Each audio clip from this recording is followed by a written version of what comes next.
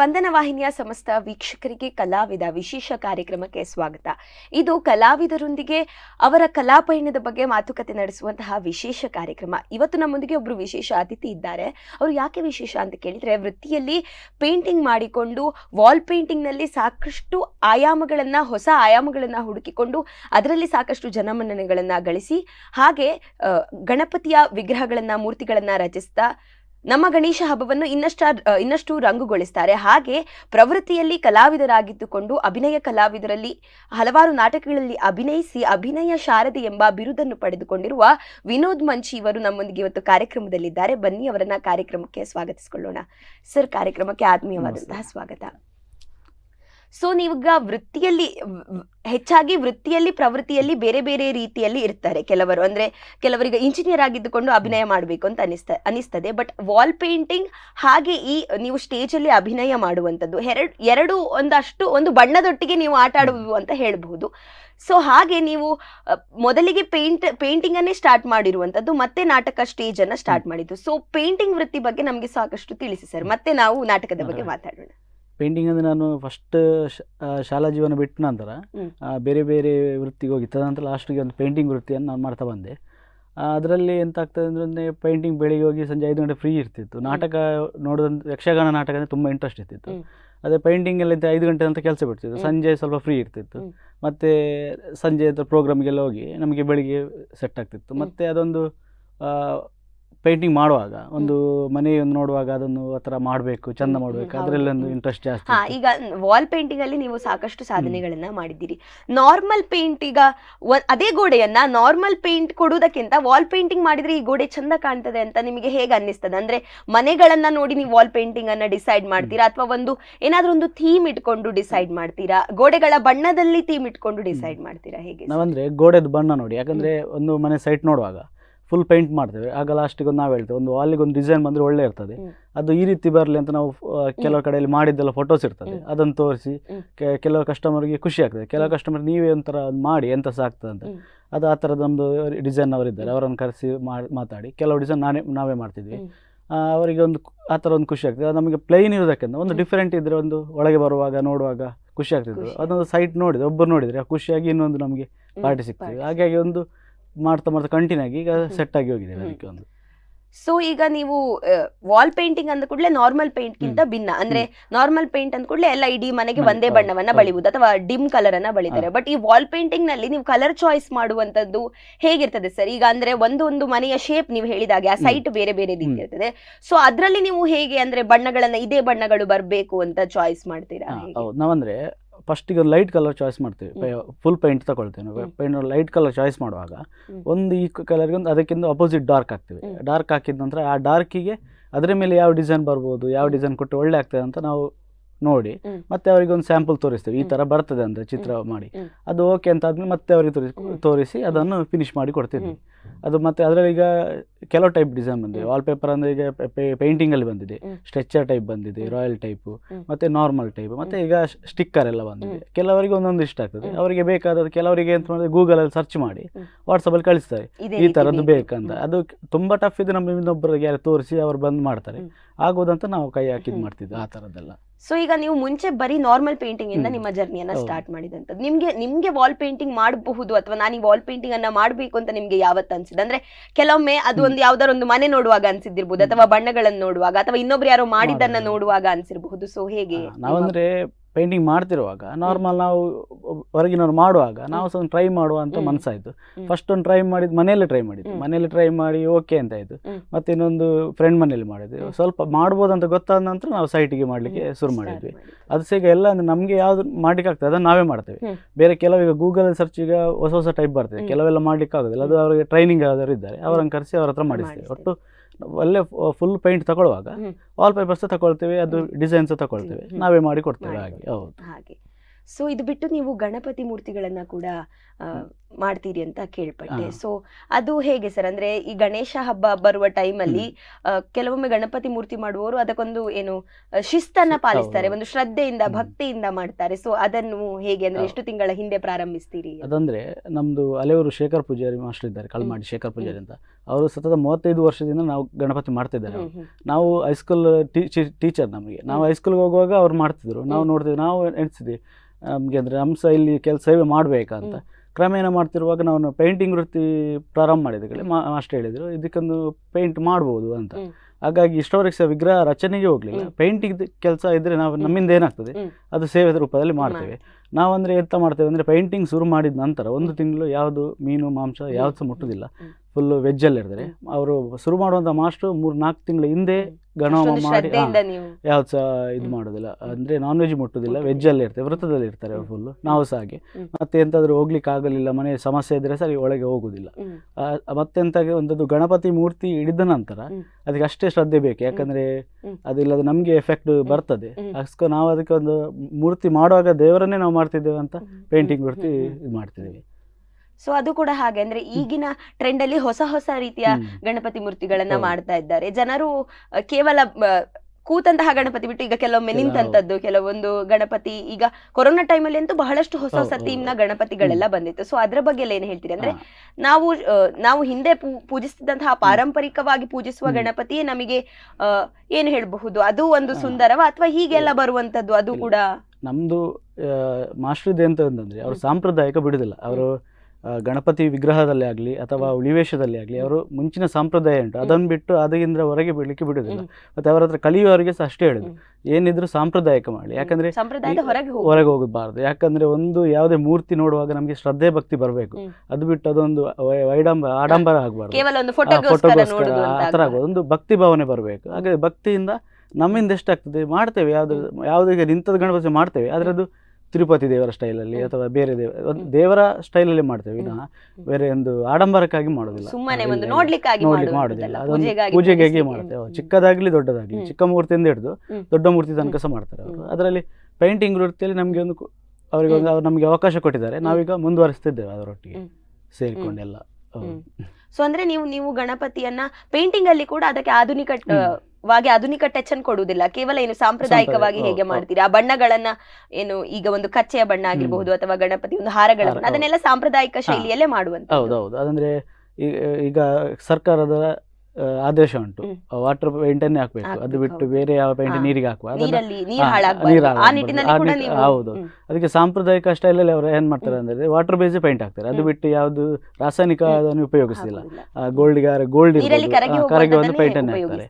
ಅದು ಕೆಲವೆಂತ ಮಾಡ್ತಾರೆ ಅಂದ್ರೆ ನಿಮ್ಗೆ ಒಂದು ಒಳ್ಳೆ ಕಾಣ್ಬೇಕಂತ ಎಲ್ಲ ಎಣ್ಣೆ ಟೈಪ್ ಎಲ್ಲ ಹೊಡಿತಾರೆ, ಅದೆಲ್ಲ ಇಲ್ಲ ಅವರದ್ದು. ಹಾಗಾಗಿ ಅಂದ್ರೆ ಶೈನಿಂಗ್ ಆ ತರದ್ದು ಎಂತ ಮಾಡೋದಿಲ್ಲ. ಇದರಲ್ಲಿ ಇದ್ದ ಪೇಂಟಲ್ಲೇ ಸ್ವಲ್ಪ ಅವ್ರಿಗೆ ಒಳ್ಳೆ ಕಣ್ಣೆಲ್ಲ ಬಿಡಿಸಿ ಅದಕ್ಕೆ ಆಕಾರ ಎಲ್ಲ ಕೊಟ್ಟು ಒಂದು ನೋಡುವಾಗ ಒಂದು ಲುಕ್ ಕಾಣುವಾಗ ಮಾಡಿಕೊಡ್ತಾರೆ ಅವರು. ಸೊ ಈಗ ಅದೇ ಕಣ್ಣು ಬಗ್ಗೆ ನೀವು ಹೇಳಿದ್ರಿ, ಕಣ್ಣನ್ನು ಬಿಡಿಸುವಾಗ ಬಹಳಷ್ಟು ಚಾಕಚಕ್ಯತೆ ಇರಬೇಕು. ಅಂದ್ರೆ ನೋಡಿದ ಕೂಡಲೇ ಯಾವುದೇ ಮೂರ್ತಿಯಲ್ಲಾಗ್ಲಿ ಕಣ್ಣು ಒಂದು ಅಟ್ರಾಕ್ಟಿವ್ ಆಗಿರ್ಬೇಕು, ಅಥವಾ ಕಣ್ಣು ನೋಡಿದ ಕೂಡಲೇ ಒಂದು ಭಕ್ತಿ ಆಗಿರಬಹುದು ಅಥವಾ ಒಂದು ಭಯ ಆಗಿರ್ಬೋದು, ಏನೋ ಒಂದು ಭಾವನೆ ಬರೋದು ಕಣ್ಣನ್ನ ನೋಡಿದಾಗ.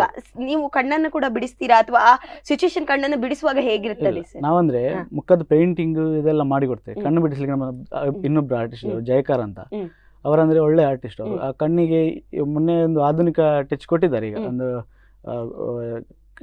ತುಳುವಲ್ಲಿ ಕುಪ್ಪಿ ಕಣ್ಣು ಹೇಳ್ತಾರೆ, ಆ ಟೈಪ್ ಇದೆಲ್ಲ ಕೊಟ್ಟಿದ್ದಾರೆ. ಅವರು ಬಿಡಿಸುವಾಗ ನಮಗೆ ಒಂದು ಇದಾಗ್ತದೆ, ಅಂದ್ರೆ ಅಷ್ಟು ಸಪುರ ಪಾಯಿಂಟ್ ಬ್ರಷ್ ಅಲ್ಲಿ ಹಿಡಿಯುವಾಗ ನಮ್ಗೆ ಇದಾಗ್ತದೆ. ನಾವು ಟ್ರೈ ಮಾಡ್ತೇವೆ, ಆದ್ರೆ ಅವರಷ್ಟು ಫಿನಿಶಿಂಗ್ ಬರೋದಿಲ್ಲ, ಆದ್ರೆ ನಾವು ಮಾಡ್ತಾ ಇದ್ದೇವೆ, ಇನ್ನು ಕಲಿತಾ ಇದ್ದೇವೆ, ನೋಡ್ಬೇಕಾಗಿ. ಸೊ ಅಂದ್ರೆ ಅದೇ ಗಣಪತಿಯ ಕಣ್ಣು ಬಿಡಿಸುವಾಗ ಯಜಮಾನರ ಎದುರಿಗೆ ಬಿಡಿಸಬೇಕು ಅನ್ನುವಂಥದ್ದೆಲ್ಲ ಕೆಲವು ಪದ್ಧತಿಗಳಿವೆ ಅಂತ ಕೇಳ್ಪಟ್ಟೆ, ಅದ್ರ ಬಗ್ಗೆ ಸ್ವಲ್ಪ ಹೇಳ್ತೀರಾ? ಕಣ್ಣು ಬಿಡಿಸುವಾಗ ಅಂದ್ರೆ ಕಣ್ಣು ನಾವು ಬಿಡಿಸಿಡ್ತೇವೆ ಅವರು ಬರೋ ಮುಂಚೆ. ಮನೆಯವರು ಬರುವಾಗ ಅದಕ್ಕೆ ದೃಷ್ಟಿಯನ್ನು ಮಾತ್ರ ಮತ್ತೆ ಕೊಡ್ತೇವೆ.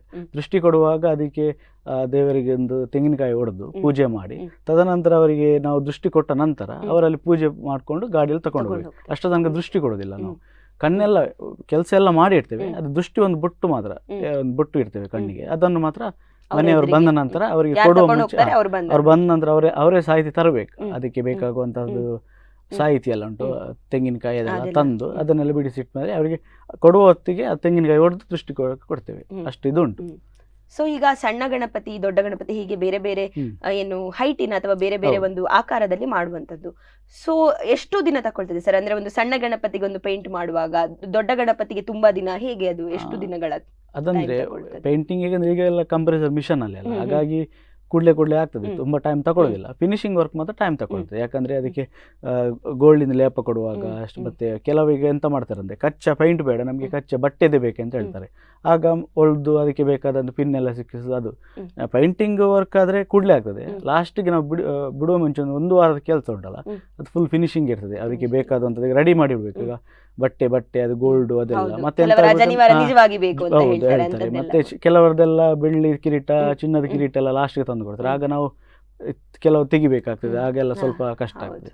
ಅದಕ್ಕೆ ಎಂತ ಆಗ್ತದೆ ಅಂದ್ರೆ ಒಂದು ವಾರದ ಕೆಲಸ ಫಿನಿಶಿಂಗ್ ಇರ್ತಾರೆ. ಬಣ್ಣದೆಲ್ಲ ಆಗಿ ಲಾಸ್ಟ್ಗೆ ಚಿನ್ನಾಭರಣ ಇಡುವಂಥದ್ದು, ಅನಂತರ ಅದಕ್ಕೆ ಲಾಸ್ಟ್ಗೆ ಲೇಪನೆಲ್ಲ ಹಾಕುವಂಥದ್ದು, ಅದೆಲ್ಲ ಲಾಸ್ಟಿಗೆ ಇರ್ತೇವೆ. ಅದೆಲ್ಲ ಆದ ನಂತರ ಓಕೆ ಅಂತ ಆದ ನಂತರ ದೃಷ್ಟಿ ಕೊಡ್ತೇವೆ. ಅದಕ್ಕಿಂತ ದೃಷ್ಟಿ ಕೊಡೋದಿಲ್ಲ, ಯಾಕಂದ್ರೆ ತೆಗಿಲಿಕ್ಕೆಲ್ಲ ಇದ್ರೆ ಅದು ಕೊಡ್ಲಿಕ್ಕೆ ಆಗೋದಿಲ್ಲ. ಅದು ಇಡುವಾಗ ಮೂರ್ತಿ ಮಾಡುವಾಗ ಸಹ ಕ್ರಮ ಇಡ್ತಾರೆ. ಒಂದು ತೆಂಗಿನಕಾಯಿ ಇಟ್ಟು ಆನಂತರ ಮೂರ್ತಿ ಮಾಡ್ಲಿಕ್ಕೆ ಅವರು ಇದು ಮಾಡೋದು. ಅದೆಲ್ಲ ಆದ ನಂತರ ನಾವು ಪೇಂಟಿಂಗ್ಗೆ ಕೈ ಮಾಡ್ತೇವೆ. ಹೌದು. ನೀವೀಗ ಈ ಪೇಂಟಿಂಗ್ ಅಂದ್ರೆ ಗಣಪತಿಯ ಮೂರ್ತಿಗೆ ಪೇಂಟಿಂಗ್ ಮಾಡೋದನ್ನ ಎಷ್ಟು ವರ್ಷದಿಂದ ಮಾಡ್ತಾ ಇದ್ದೀರಿ ಸರ್? ನಾವು ಸತತೊಂದು 7 ವರ್ಷದಿಂದ ಅವರೊಟ್ಟಿಗೆ ಸೇವೆ ಮಾಡ್ತಿದ್ದೇನೆ. ಸೊ ಅದೇ 7 ವರ್ಷದ ಹಿಂದೆ ಕಂಪ್ರೆಸರ್ ಗಳೆಲ್ಲ ಇರ್ತಾ ಇರ್ಲಿಲ್ಲ, ಬ್ರಷ್ ಅಲ್ಲೇ ಪೇಂಟ್ ಮಾಡ್ಬೇಕಿತ್ತು. ಸೊ ಆಗಕ್ಕೂ ಈಗಕ್ಕೂ ಏನು ಡಿಫ್ರೆನ್ಸ್ ಇದೆ ಅಂತ ಹೇಳಿ? ಆಗಕ್ಕಂದ್ರೆ ಬ್ರಷ್ ಅಲ್ಲೆಲ್ಲ ಫಿನಿಶಿಂಗ್ ಕೊಡಬೇಕಿತ್ತು, ಸ್ವಲ್ಪ ಎಂತ ಆದ್ರೆ ಸಹ ಬ್ರಷ್ ಅಲ್ಲಿ ಟಚ್ ಅಪ್. ಈಗ ಏನಿದ್ರೆ ಸಹ ಮಿಷನ್ ಅಲ್ಲಿ ಬರ್ತದೆ, ಅದಕ್ಕೆ ಯಾವ ಬಣ್ಣ ಬೇಕಾಗಿದೆ ನಮ್ಗೆ ಯಾವ ರೀತಿ ಬೇಕಾದ್ರೆ ಕೊಡ್ಬೋದು. ಸ್ವಲ್ಪ ಸ್ಪೀಡ್ ಆಗ್ತದೆ. ಒಂದು 2 ಗಣಪತಿ ಆಗುವಾಗ ಅದರಲ್ಲಿ 1 ಗಣಪತಿ ಆಗ್ತಿತ್ತು, ಆ ತರ ಇದು ಬರ್ತದೆ. ಹೌದು. ಸೊ ನಿಮಗೆ ಅಂದ್ರೆ ಫಸ್ಟ್ ನೀವು ಮೊದಲಿನಿಂದಾಗಿ ಬಣ್ಣ ಕೊಟ್ಟಂತಹ ಗಣಪತಿ ಬಗ್ಗೆ ನೆನಪಿದೆ? ಅಂದ್ರೆ ಯಾವಾಗ್ಲೂ ನಾವು ಮೊದಲಿನಿಂದ ಮಾಡಿದ್ದು ಜಾಸ್ತಿ ನೆನಪಿನಲ್ಲಿ ಇರ್ತದೆ ಅಂತ ಅದು ಹೇಗೆ ಹೋದಂದ್ರೆ, ನಾನು ಹೈಸ್ಕೂಲಲ್ಲಿ ಇರುವಾಗ ಮಾಸ್ಟರ್ ರೂಮ್ ಅಲ್ಲಿ ಹತ್ತಿರ ಹೋಗ್ತಾ ನೋಡ್ತಾ ಇದ್ರು. ಅಲ್ಲಿ ಒಬ್ರು ಒಂದು ಉಮೇಶ್ ಅಂತ ಇದ್ರು, ಅವ್ರು ಹೇಳ್ತಿದ್ರು ನೋಡುದಂತ ಮಾರು ಒಂದ್ ದಿವಸ ಬನ್ನಿ ಕೊಟ್ಟು ಅಂತ. ಆಗ ನಾನು ಎಂತ, ನಮ್ಗೆ ಅಂದ್ರೆ ಅಷ್ಟಿದಿಲ್ಲ, ಒಂದು ಕರ್ದ್ರಲ್ಲ ಅಂತ ಖುಷಿ ಇತ್ತು, ಒಂದಿಗೆ ಹೆದರಿಕೆ, ನಾವು ಮುಟ್ಟುವಾಗ ಎಂತಾದ್ರೂ ಹೋಗ್ತದೆ ತುಂಡಾಗ್ತದೆ ಆ ತರ. ಅದತ್ರ ಅದೊಂದು ಪ್ರೇಮರ್ ಇತ್ತು. ಫಸ್ಟ್ ಒಂದು ಚಿಕ್ಕ ಗಣಪತಿಗೆ ಒಂದು 8 ಗಣಪತಿ ಇತ್ತು, ಪ್ರೇಮರೊಡಿಗೆ ಕೊಟ್ಟು ನಾನು ಒಂದು ಅರ್ಧ 1 ಗಂಟೆಯಲ್ಲಿ ಮುಗಿಸಿದೆ. ಮಾಸ್ಟರ್ ಹೇಳಿದ್ದೀನಿ ಇಷ್ಟು ಬೇಗ ಮುಗಿಸಿದ, ಇನ್ನು ಕಂಟಿನ್ಯೂ ಬಾ ಮಾರೆ ಮಾಡಿಕೊಂಡು. ಅಲ್ಲಿಂದ ಮತ್ತೆ ಗಣಪತಿದು ಶುರು ಆದದ್ದು ಈಗ ಸಹ ಮಾಡ್ತಾ ಇರ್ತೇವೆ. ಹೌದು. ಚೌತಿ ಬರುವಾಗ ಅಂತೂ ಅದರದ್ದು ಬಿಸಿ ಆಗ್ತದೆ. ಹೌದು, ಫುಲ್.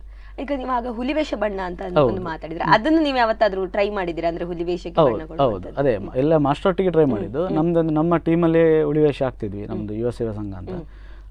ಆಗ ಹುಲಿವೇಷ ಎಂತ ಆದ್ರೆ ಅಂದ್ರೆ, ಅವರು ಪೇಂಟಿಂಗ್ ಬ್ರಷ್ ಅಲ್ಲಿ ನಾವು ಕೊಡ್ತೇವೆ, ಬರೆ ಎಲ್ಲ ಅವರೇ 4-5 ಜನ ಇದ್ರು, ಅವರೇ ಮಾಡ್ತಿದ್ರು. ಅದರಲ್ಲಿ ಸಹ ಹಾಗೆ ಅವರು ಈಗ ಮುಖ ಹೇಗಾಗಿಂದ್ರೆ ಒಬ್ಬೊಬ್ರು ಒಂದೊಂದು ಟೈಪ್ ಮಾಡ್ತಾರೆ, ಅಂದ್ರೆ ಡಿಫ್ರೆಂಟ್ ಕಾಣ್ಬೇಕಂತ ಅಲ್ಲೂ ಒಂದಾಗಿ ಮುಖ. ಇವರದ್ದು ಆ ಥರ ಏನು ಮಾಡೋದಿಲ್ಲ. ಇವರದ್ದು ಮುಂಚಿನ ಶೈಲಿ ಹೇಗೆ ಉಂಟು ಅದೇ ಸ್ಟೈಲ್, ಅದು ಬಿಟ್ಟು ಹೋಗುದಿಲ್ಲ. ಒಂದು ವೇಳೆ ಯಾವುದು ಯುವಕರೆಂಥದ್ದು ಅದು ನನಗೆ ಅದೇ ಬೇಕಂತ ಹೇಳಿದ್ರೆ, ನೀವು ಯಾರು ಕರ್ಕೊಂಬಂದು ಮುಖ ಒಂದು ಮಾಡಿಸಿ ಬೇರೆ ನಾವು ಮಾಡ್ತೀವಿ, ಆ ಥರ ಹೇಳ್ತಾರೆ ಅವ್ರು. ಹಾಗೆ ಸೊ ಅಂದ್ರೆ ಎಷ್ಟು ಏನೇ ಒಂದು ಇದಾದ್ರೂ ಸಂಪ್ರದಾಯವನ್ನ ಬಿಟ್ಟು ನಾವು ಹೊರಗೆ ಹೋಗೋದಿಲ್ಲ. ಅವರದೊಂದು ಎಂತ ಹೇಳೋದಂದ್ರೆ, ನಮ್ಮಿಂದಲೇ ಸಂಪ್ರದಾಯ ಉಳಿಬೇಕು, ನಾವೇ ಆಡಂಬರ ಮಾಡ್ಲಿಕ್ಕೆ ಅದು ಎಲ್ಲಿಗೆ ತಲುಪ್ತದೆ, ಅದಕ್ಕೋಸ್ಕರ ಇದೇ ಚೌಕಟ್ಟು ಒಳ್ಳೇದಂತ. ಖಂಡಿತವಾಗಿ ಅವರಂತ ಹಿರಿಯವರು ಎಲ್ಲಿಯಾದ್ರೂ ಸಂಪ್ರದಾಯವನ್ನು ಬಿಟ್ಟು ಹೊರಗೆ ಬಂದ್ರೆ ಅವರನ್ನ ಪಾಲಿಸುವಂತವರೆಲ್ಲವರು ಅದನ್ನು ಬಿಟ್ಟು ಬಿಡ್ತಾರೆ ಅನ್ನುವಂಥದ್ದು ಅವರ ಒಂದು ಯೋಚನೆ. ಯಾಕಂದ್ರೆ ಈಗ ಅವರ ಆತರ ಹೇಳಿದ್ರೆ ನಾವು ಹೇಳ್ತೇವೆ, ಅವ್ರ ಮಾಸ್ಟರ್ ಹೇಳಿದ್ರೆ ಅವ್ರ ಹಾಗೆ ಮಾಡುವಂತ, ಇಲ್ಲ ಅವರೇ ಅದು ಮಾಡುವಂತ ನಾವು ಸಹ ಹಾಗೆ ಮಾಡ್ಕೊಂಡು ಆತರ ಅದು. ಸೊ ಹಾಗೆ ಅದೇ ನೀವೀಗ ಹೇಳಿದ್ರಿ ಸರ್, ನೀವು ಒಂದು ತಂಡದಲ್ಲಿ ಈಗ ಒಂದು ಅದೇ ಗಣಪತಿಯನ್ನು ಮಾಡುವಂತಹ, ಗಣಪತಿಯನ್ನ ಪೇಂಟ್ ಮಾಡುವಂತಹ ಒಂದು ತಂಡದಲ್ಲಿ ಎಷ್ಟು ಜನ ಇರ್ತೀರಿ? ನಾವು ಒಂದು ಮಿನಿಮಮ್ ಒಂದು 7 ಜನ ಇದ್ದೇವೆ. ಫಿನಿಶ್ ಆಗೊಂದು ಕೆಲವರು ಸಹಾಯಕ್ಕೆಲ್ಲ ಬರ್ತಾರೆ, 10-15 ಜನ ಆಗ್ತಾರೆ ಲಾಸ್ಟಿಗೆ. ಅಂದ್ರೆ ನೀವು ಅಷ್ಟು ಜನರು ಕೂಡ ವ್ರತ ಮಾಡಿ ಗಣಪತಿಯನ್ನು? ಹೌದು, ಯಾಕಂದ್ರೆ ಕೆಲವರು ಲೇಟ್ ಆಗಿ ಬರ್ತಾರೆ, ಅಂದ್ರೆ ವ್ರತ ಮಾಡ್ಲಿಕ್ಕೆ ಎಲ್ಲ 1 ತಿಂಗಳು ಕಷ್ಟ ಆಗ್ತದೆ ಅಂತ 15 ದಿವಸ 20 ದಿವಸ ಇರಬಾರ್ದು, ಕೆಲವರು 1 ವಾರ ಬಂದು ಒಟ್ಟಿಗೆ ಗಣಪತಿ ಕೆಲಸ ಮುಟ್ಟಿದ ನಂತರ ಯಾರು ತಿನ್ಬಾರ್ದು. ಅದು ತಿನ್ಬೇಕಂದ್ರೆ ಒಂದೇ ಚೌತಿ ದಿವಸ ನಾವು ಮಾಡಿದಂಥ ಕಳಿಸಿದಂಥ ಗಣಪತಿ ವಿಸರ್ಜನೆ ಆಗ್ಬೇಕು, ಯಾವುದಾದ್ರೂ ಒಂದು ಗಣಪತಿ ವಿಸರ್ಜನೆ ಆಗ್ಬೇಕು, ಅದರ ನಂತರ ನಾವು ಮುಟ್ಲಿಕ್ಕೆ. ಹೌದು, ನಾವೇ ಇಲ್ಲಿ ಟೀಮ್ನವ್ರು ಹೇಗೆ ಮಾಡ್ತಾರಂತೆ, ನಮ್ದು ಅಲ್ಲಿ ಗುಡ್ಡೆ ಅಂಗಡಿ ಗಣಪತಿಯಲ್ಲಿ ಇಡ್ತಾರೆ, ಅಲ್ಲಿ ಗಣಪತಿ ವಿಸರ್ಜನೆ ಆದ ನಂತರ ಟೀಮ್ನವ್ರು ಮುಟ್ತಾರೆ. ಆ ಥರ ಎಲ್ಲ. ಕೆಲವರು ತಿನ್ನದವರು ಇದ್ದಾರೆ, ಕೆಲವರು ತಿನ್ನೋರು ಇದ್ದಾರೆ, ಆ ಥರ ಬರ್ತಾರೆ. ಹೌದು. ಸೊ ಹೀಗೆ ಅಂದ್ರೆ ನೀವು ಬೇರೆ ಬೇರೆ ರೀತಿಯ ಗಣಪತಿಯನ್ನ ಮಾಡ್ತೀರಿ, ಬೇರೆ ಬೇರೆ ಜಾಗಕ್ಕೆ ಅವುಗಳು ಅದು ಮೂರ್ತಿಗಳು ಹೋಗ್ತದೆ. ಸೊ ಆಗ ನಿಮ್ಗೆ ಅಲ್ಲಿ ನೋಡಿ ಹೇಗೆ ಖುಷಿ ಆಗ್ತದೆ? ಅಂದ್ರೆ ನೀವೀಗ ಖಾಲಿ ಅದನ್ನ ಏನು ಹೂವಿನ ಅಲಂಕಾರ ಇಲ್ಲದೆ ಖಾಲಿ ಬಣ್ಣದಲ್ಲಿ, ಅಥವಾ ಖಾಲಿ ಒಂದು ಕೆಲವು ಕಡೆ ಕಿರೀಟವು ಕೂಡ ನಂತರ ಇಡುವಂತದ್ದು. ಸೊ ಅದನ್ನೆಲ್ಲ ಪೂರ್ಣ ಅಲಂಕಾರ ಆದ್ಮೇಲೆ ನೋಡುವಾಗ ನಿಮ್ಗೆ ಹೇಗೆ? ನಮ್ಗೆ ಹೇಳ್ತದೆ, ನಾವೊಂದು ಮಾಡಿದಂತಹ ಕೆಲಸ ಪೂಜೆ ಆಗ್ತಾ ಉಂಟಲ್ಲ, ಅದೊಂದು ಖುಷಿ ಆಗ್ತದೆ. ಅದ ಖುಷಿಗಿಂತ ಸಹ ನಮ್ಗೆ ಮರು ದಿವಸ ಪೇಪರ್ ಅಲ್ಲಿ ಅಂತ ಬರ್ತದೆ ಎಲ್ಲ ಗಣಪತಿ ಎಲ್ಲ ಗಣಪತಿಗಳದ್ದು ಒಟ್ಟು ಆಗ ನಾವು ನೋಡೋದು ನಾವು ಮಾಡಿದ ಗಣಪತಿ ಎಷ್ಟು ಎಲ್ಲೆಲ್ಲಿ ಉಂಟು ಅದೊಂದು ಖುಷಿ. ಒಂದು ವಾರ ಖುಷಿ. ಮತ್ತೆ ಅದೊಂದು ಆ ದಿವಸ ಎಲ್ಲೆಲ್ಲಿ ಏನೆಲ್ಲ ನಮ್ದು ಗಣಪತಿ ಇಟ್ಟಾಗ ಅದರ ಹಿಂದೆ ಯಾವ ತರ ಸೆಟ್ಟಿಂಗ್ ಮಾಡ್ತಾರೆ ಅದು ನೋಡ್ಲಿಕ್ಕೆ ಒಂದು ಹೋಗ್ತೇವೆ, ಅದು ಸಹ ಒಂದು ಖುಷಿ. ಕೆಲವರು ಡಿಫ್ರೆಂಟ್ ಆಗಿ ಮಾಡ್ತಾರೆ, ಒಂದೊಂದು ವರ್ಷ ಒಂದೊಂದು ರೀತಿ ಮಾಡ್ತಾರೆ, ಅದು ಸಹ ಒಂದು ಖುಷಿ ಇರ್ತದೆ. ಯಾವುದು ಸೊ ಹಾಗೆ ಅಂದ್ರೆ ಮನೆಯವರದ್ದು ಸಪೋರ್ಟ್ ಹೇಗಿದೆ ಸರ್? ಅಂದ್ರೆ ಈಗ ನೋಡಿದ ಕೂಡಲೇ ನೀವು ಮಾಡಿದಂತಹ ಗಣಪತಿ, ನಮ್ಮ ಮನೆಯವರು ಮಾಡಿದಂತಹ ಗಣಪತಿ, ಸೊ ಆತರ ಎಲ್ಲ ನೋಡುವಾಗ ಬಹಳಷ್ಟು ಖುಷಿಯನ್ನ ಅವರು ಕೂಡ ವ್ಯಕ್ತಪಡಿಸಬಹುದು. ಸೊ ಅದು ಮನೆಯಲ್ಲಿ ಸಹ ತುಂಬಾ ಸಪೋರ್ಟ್ ಇದ್ದಾರೆ. ನಾವೀಗ ವೆಜ್ ಇಡುವಾಗ ಸಹ ಮನೆಯಲ್ಲಿ ಫುಲ್, ಮನೆಯಲ್ಲಿ ಸಹ ನಮ್ದು ಮನೆಯವರು ಸಹ ಕೆಲವರು ಹೆಂಡತಿ ಎಲ್ಲ ಇದ್ದಾರೆ, ಅವ್ರು ಸಹ ಬಿಡ್ತಾರೆ, ವೆಜ್ ಬಿಡ್ತಾರೆ ಫುಲ್ ನಾವು ಮಾಡೋ ತನಕ ಸಹ. ಮತ್ತೆ ಅವರೇ ಹೇಳ್ತಾರೆ ಇಲ್ಲಿ ನೀವು ಮಾಡಿದ ಅಲ್ಲಿ ನೋಡಿದೆ, ಮಲ್ಪೆಯಲ್ಲಿ ನೋಡಿದೆ, ಪೇಪರ್ ಅಲ್ಲಿ ಸಹ ಬಂದಿದೆ. ಆಗ ನಮ್ಗೆ ಸ್ವಲ್ಪ ಖುಷಿ, ನಾವೊಂದು ಎಂತ ಸೇವೆ ಮಾಡಿದ್ದೇವೆ ಅದೊಂದು ಪೂಜೆ ಆಗ್ತಾ ಉಂಟು ಅಂತ ಖುಷಿ ನಮ್ಗೆ. ಅದಕ್ಕಿಂತ ಹೆಚ್ಚು ನಮ್ಗೊಂದು ಅವಕಾಶ ಕೊಡ್ತಿದ್ದಾರಲ್ಲ ಅದೊಂದು ಖುಷಿ ನಮ್ಗೆ. ಯಾಕಂದ್ರೆ ನೀವು ಬೇಡ ನಾವೇ ಮಾಡ್ತೇವೆ ಅಂತ ಹೇಳಿ ನಮ್ಗಿಲ್ಲ ಅವಕಾಶ, ನಮ್ಗೊಂದು ಕಲಿಯುವಂತ ಯೋಗ ಸಿಗ್ತದೆ, ಅದೊಂದು ಖುಷಿ ನಮ್ಗೆ. ಅದೇ ಸೊ ಅದೇ ಈಗ ನೀವು ಹೇಳಿದ್ರಿ ನಿಮ್ಮ ಹೆಂಡತಿ ನಿಮ್ಗೋಸ್ಕರ ಅಂದ್ರೆ ನೀವು ವೆಜ್ ಮಾಡುವಾಗ ಅವರು ಕೂಡ ವೆಜ್ ಪಥ್ಯವನ್ನೇ ಮಾಡ್ತಾರೆ ಖಂಡಿತವಾಗಿ. ಯಾಕಂತಂದ್ರೆ ನೀವು ವೆಜ್ ಮಾಡುವಾಗ ಬೇರೆಯವರು ನಾನ್ ವೆಜ್ ತಿಂದ್ರೆ ಎಷ್ಟಾದ್ರೂ ಮನಸ್ಸಲ್ಲ ಒಂಚೂರೊಂದು ಅಯ್ಯೋ ನಂಗೆ ಸಹ ಬೇಕು ಅನ್ನೋದು ಅನ್ಸುತ್ತೆ. ಬಹುಶಃ ಹಾಗೆ ಸಪೋರ್ಟ್ ಮಾಡೋದಕ್ಕೆ ನೀವು ಇಷ್ಟೊಂದು ಸಾಧನೆ ಮಾಡಿದ್ದೀರಿ ಅಂತ ಹೇಳಿ. ಖಂಡಿತವಾಗಿ ಎಲ್ಲ ವಿಷಯದಲ್ಲಿ ಸಹ ನಮ್ಗೆ ಫುಲ್ ಮನೆಯವರಂತೂ ಫುಲ್ ಸಪೋರ್ಟ್ ಇದ್ದಾರೆ. ಏನು ನಾಟಕದಲ್ಲಿ ಆಗ್ಲಿ ಕೆಲಸದಲ್ಲಿ, ನಾಟಕದವರಂದ್ರೆ ಮನೆಗೆ ಹೋಗುವಾಗ ರಾತ್ರಿ ಗೊತ್ತಿಲ್ಲ ಯಾವ ಟೈಮಿಗೆ ಕೆಲವೊಂದು ಮನೆಯದ್ದು ಫಂಕ್ಷನ್ ಇರುವಾಗ ಸಹ ಹೋಗ್ಲಿಕ್ಕೆ ಆಗೋದಿಲ್ಲ, ಆಗ ಸಹ ನೀವು ಹೋಗಿ ನಾವು ಮಾಡ್ತೇವೆ. ಮತ್ತೊಂದು ಅವರಿಗೂ ಸಹ ಹೆಮ್ಮೆ ಇದೆ, ನಮ್ದು ಗಂಡ ನಾಟಕದವರು ನಾಟಕದಲ್ಲಿ ಗುರುತಿಸ್ತಾರೆ. ಬೇರೆ ಹೊರಗಡೆ ಎಲ್ಲ ಹೋಗುವಾಗ ಸಹ ನೀವು ಅಲ್ಲ ಅಂತ ಹೇಳಿ ಅವ್ರಿಗೆ ಸಹ ಖುಷಿ ಆಗ್ತದೆ. ಈ ತರ ನಿಮ್ಮ ಗಂಡ ಅಲ್ವಾ ಅವರು ಹೆಂಡತಿ ಹಾಗೆಲ್ಲ ಕೇಳುವಾಗ ಖುಷಿ ಆಗ್ತದೆ. ನಿಮ್ಮ ಜೊತೆಗೆ ಇನ್ನಷ್ಟು ಸಾಕಷ್ಟು ಮಾತನಾಡ್ಲಿಕ್ಕಿದೆ ಸರ್, ಅದಕ್ಕಿಂತ ಮುಂಚೆ ಒಂದು ಪುಟ್ಟ ವಿರಾಮ ತೆಗೆದುಕೊಳ್ಳೋಣ. ಸೊ ವೀಕ್ಷಕರೇ ನೋಡಿದ್ರಲ್ಲ, ಅಭಿನಯ ಶಾರದೆ ವಿನೋದ್ ಮಂಚಿ ಅವರೊಂದಿಗೆ ಇನ್ನಷ್ಟು ಮಾತುಕತೆ ಇದೆ. ಅವರು ಅಭಿನಯ ಶಾರದೆ ಆದದ್ದು ಹೇಗೆ, ಅಭಿನಯ ಕಲಾವಿದರಲ್ಲಿ ನಾಟಕವನ್ನ ನಟನೆಯನ್ನ ಆರಂಭಿಸಿದ್ದು ಹೇಗೆ, ಅದನ್ನ ತಿಳಿದುಕೊಳ್ಳೋಣ ಒಂದು ಪುಟ್ಟ ವಿರಾಮದ ಬಳಿಕ.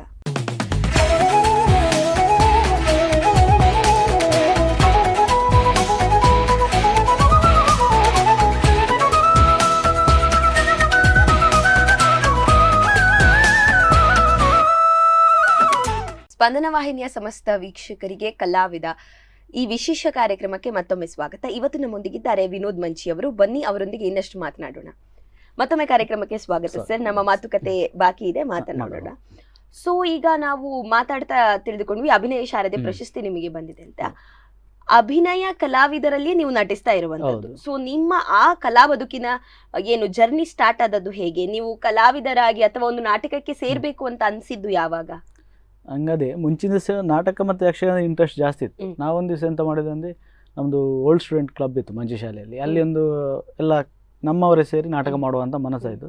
ನಾಟಕ ಮಾಡಿದ್ದು. ನಾಟಕ ಅದೇ ಫಸ್ಟ್ ನಾಟಕ ರವಿಕುಮಾರ್ ಕಡೆಕರಿದು ಇದಾಯ ಪತ್ತ ಒಂದು ನಾಟಕ ಮಾಡಿ, ಅದರಲ್ಲಿ ಎಲ್ಲರಿಗೂ ಖುಷಿಯಾಗಿ ಅವ್ರು ಸಹ ಹೇಳ್ತಿದ್ರು ನಿಮಗೆ ಟೀಮಿಗೆ ಒಂದು ಚಾನ್ಸ್ ಉಂಟು ಮಾಡಿ ಅಂತ. ಅದು ನಾವೊಂದು ಒಟ್ಟಿಗೆ ಬಂದದ್ದು. ನಮ್ಮದು ನನ್ನ ತಮ್ಮ ಇದ್ದಾನೆ ವಿಕ್ರಮ್ ಮಂಚಿ ಮತ್ತು ಕಾರ್ತಿಕ್ ಕಡೇಕರ್, ಎಲ್ಲ ಒಟ್ಟಿಗೆ ರಂಗಕ್ಕೆ ಬಂದ್ವಿ. ಆನಂತರ ಅವರಿಗೆ ಏನಾಯ್ತಂದರೆ ನೆಕ್ಸ್ಟ್ ನಾವು ಸಂಘದಲ್ಲಿ ಒಂದು ಮಾಡಿದ್ವಿ, 1 ಇಂಚಿನ ನಾಟಕದ. ಅದರಲ್ಲಿ ನಮಗೆ ಸನ್ನಿಧಿ ಕಲಾವಿದರು ಉಡುಪಿಯಿಂದ ನಮಗೆ 3 ಸಹ ಕರೆದ್ರು. ಫಸ್ಟ್ ಅವರಿಬ್ಬರನ್ನು ಕರೆದ್ರು, ನಮ್ಮನ್ನು ಕರೆದ್ರು.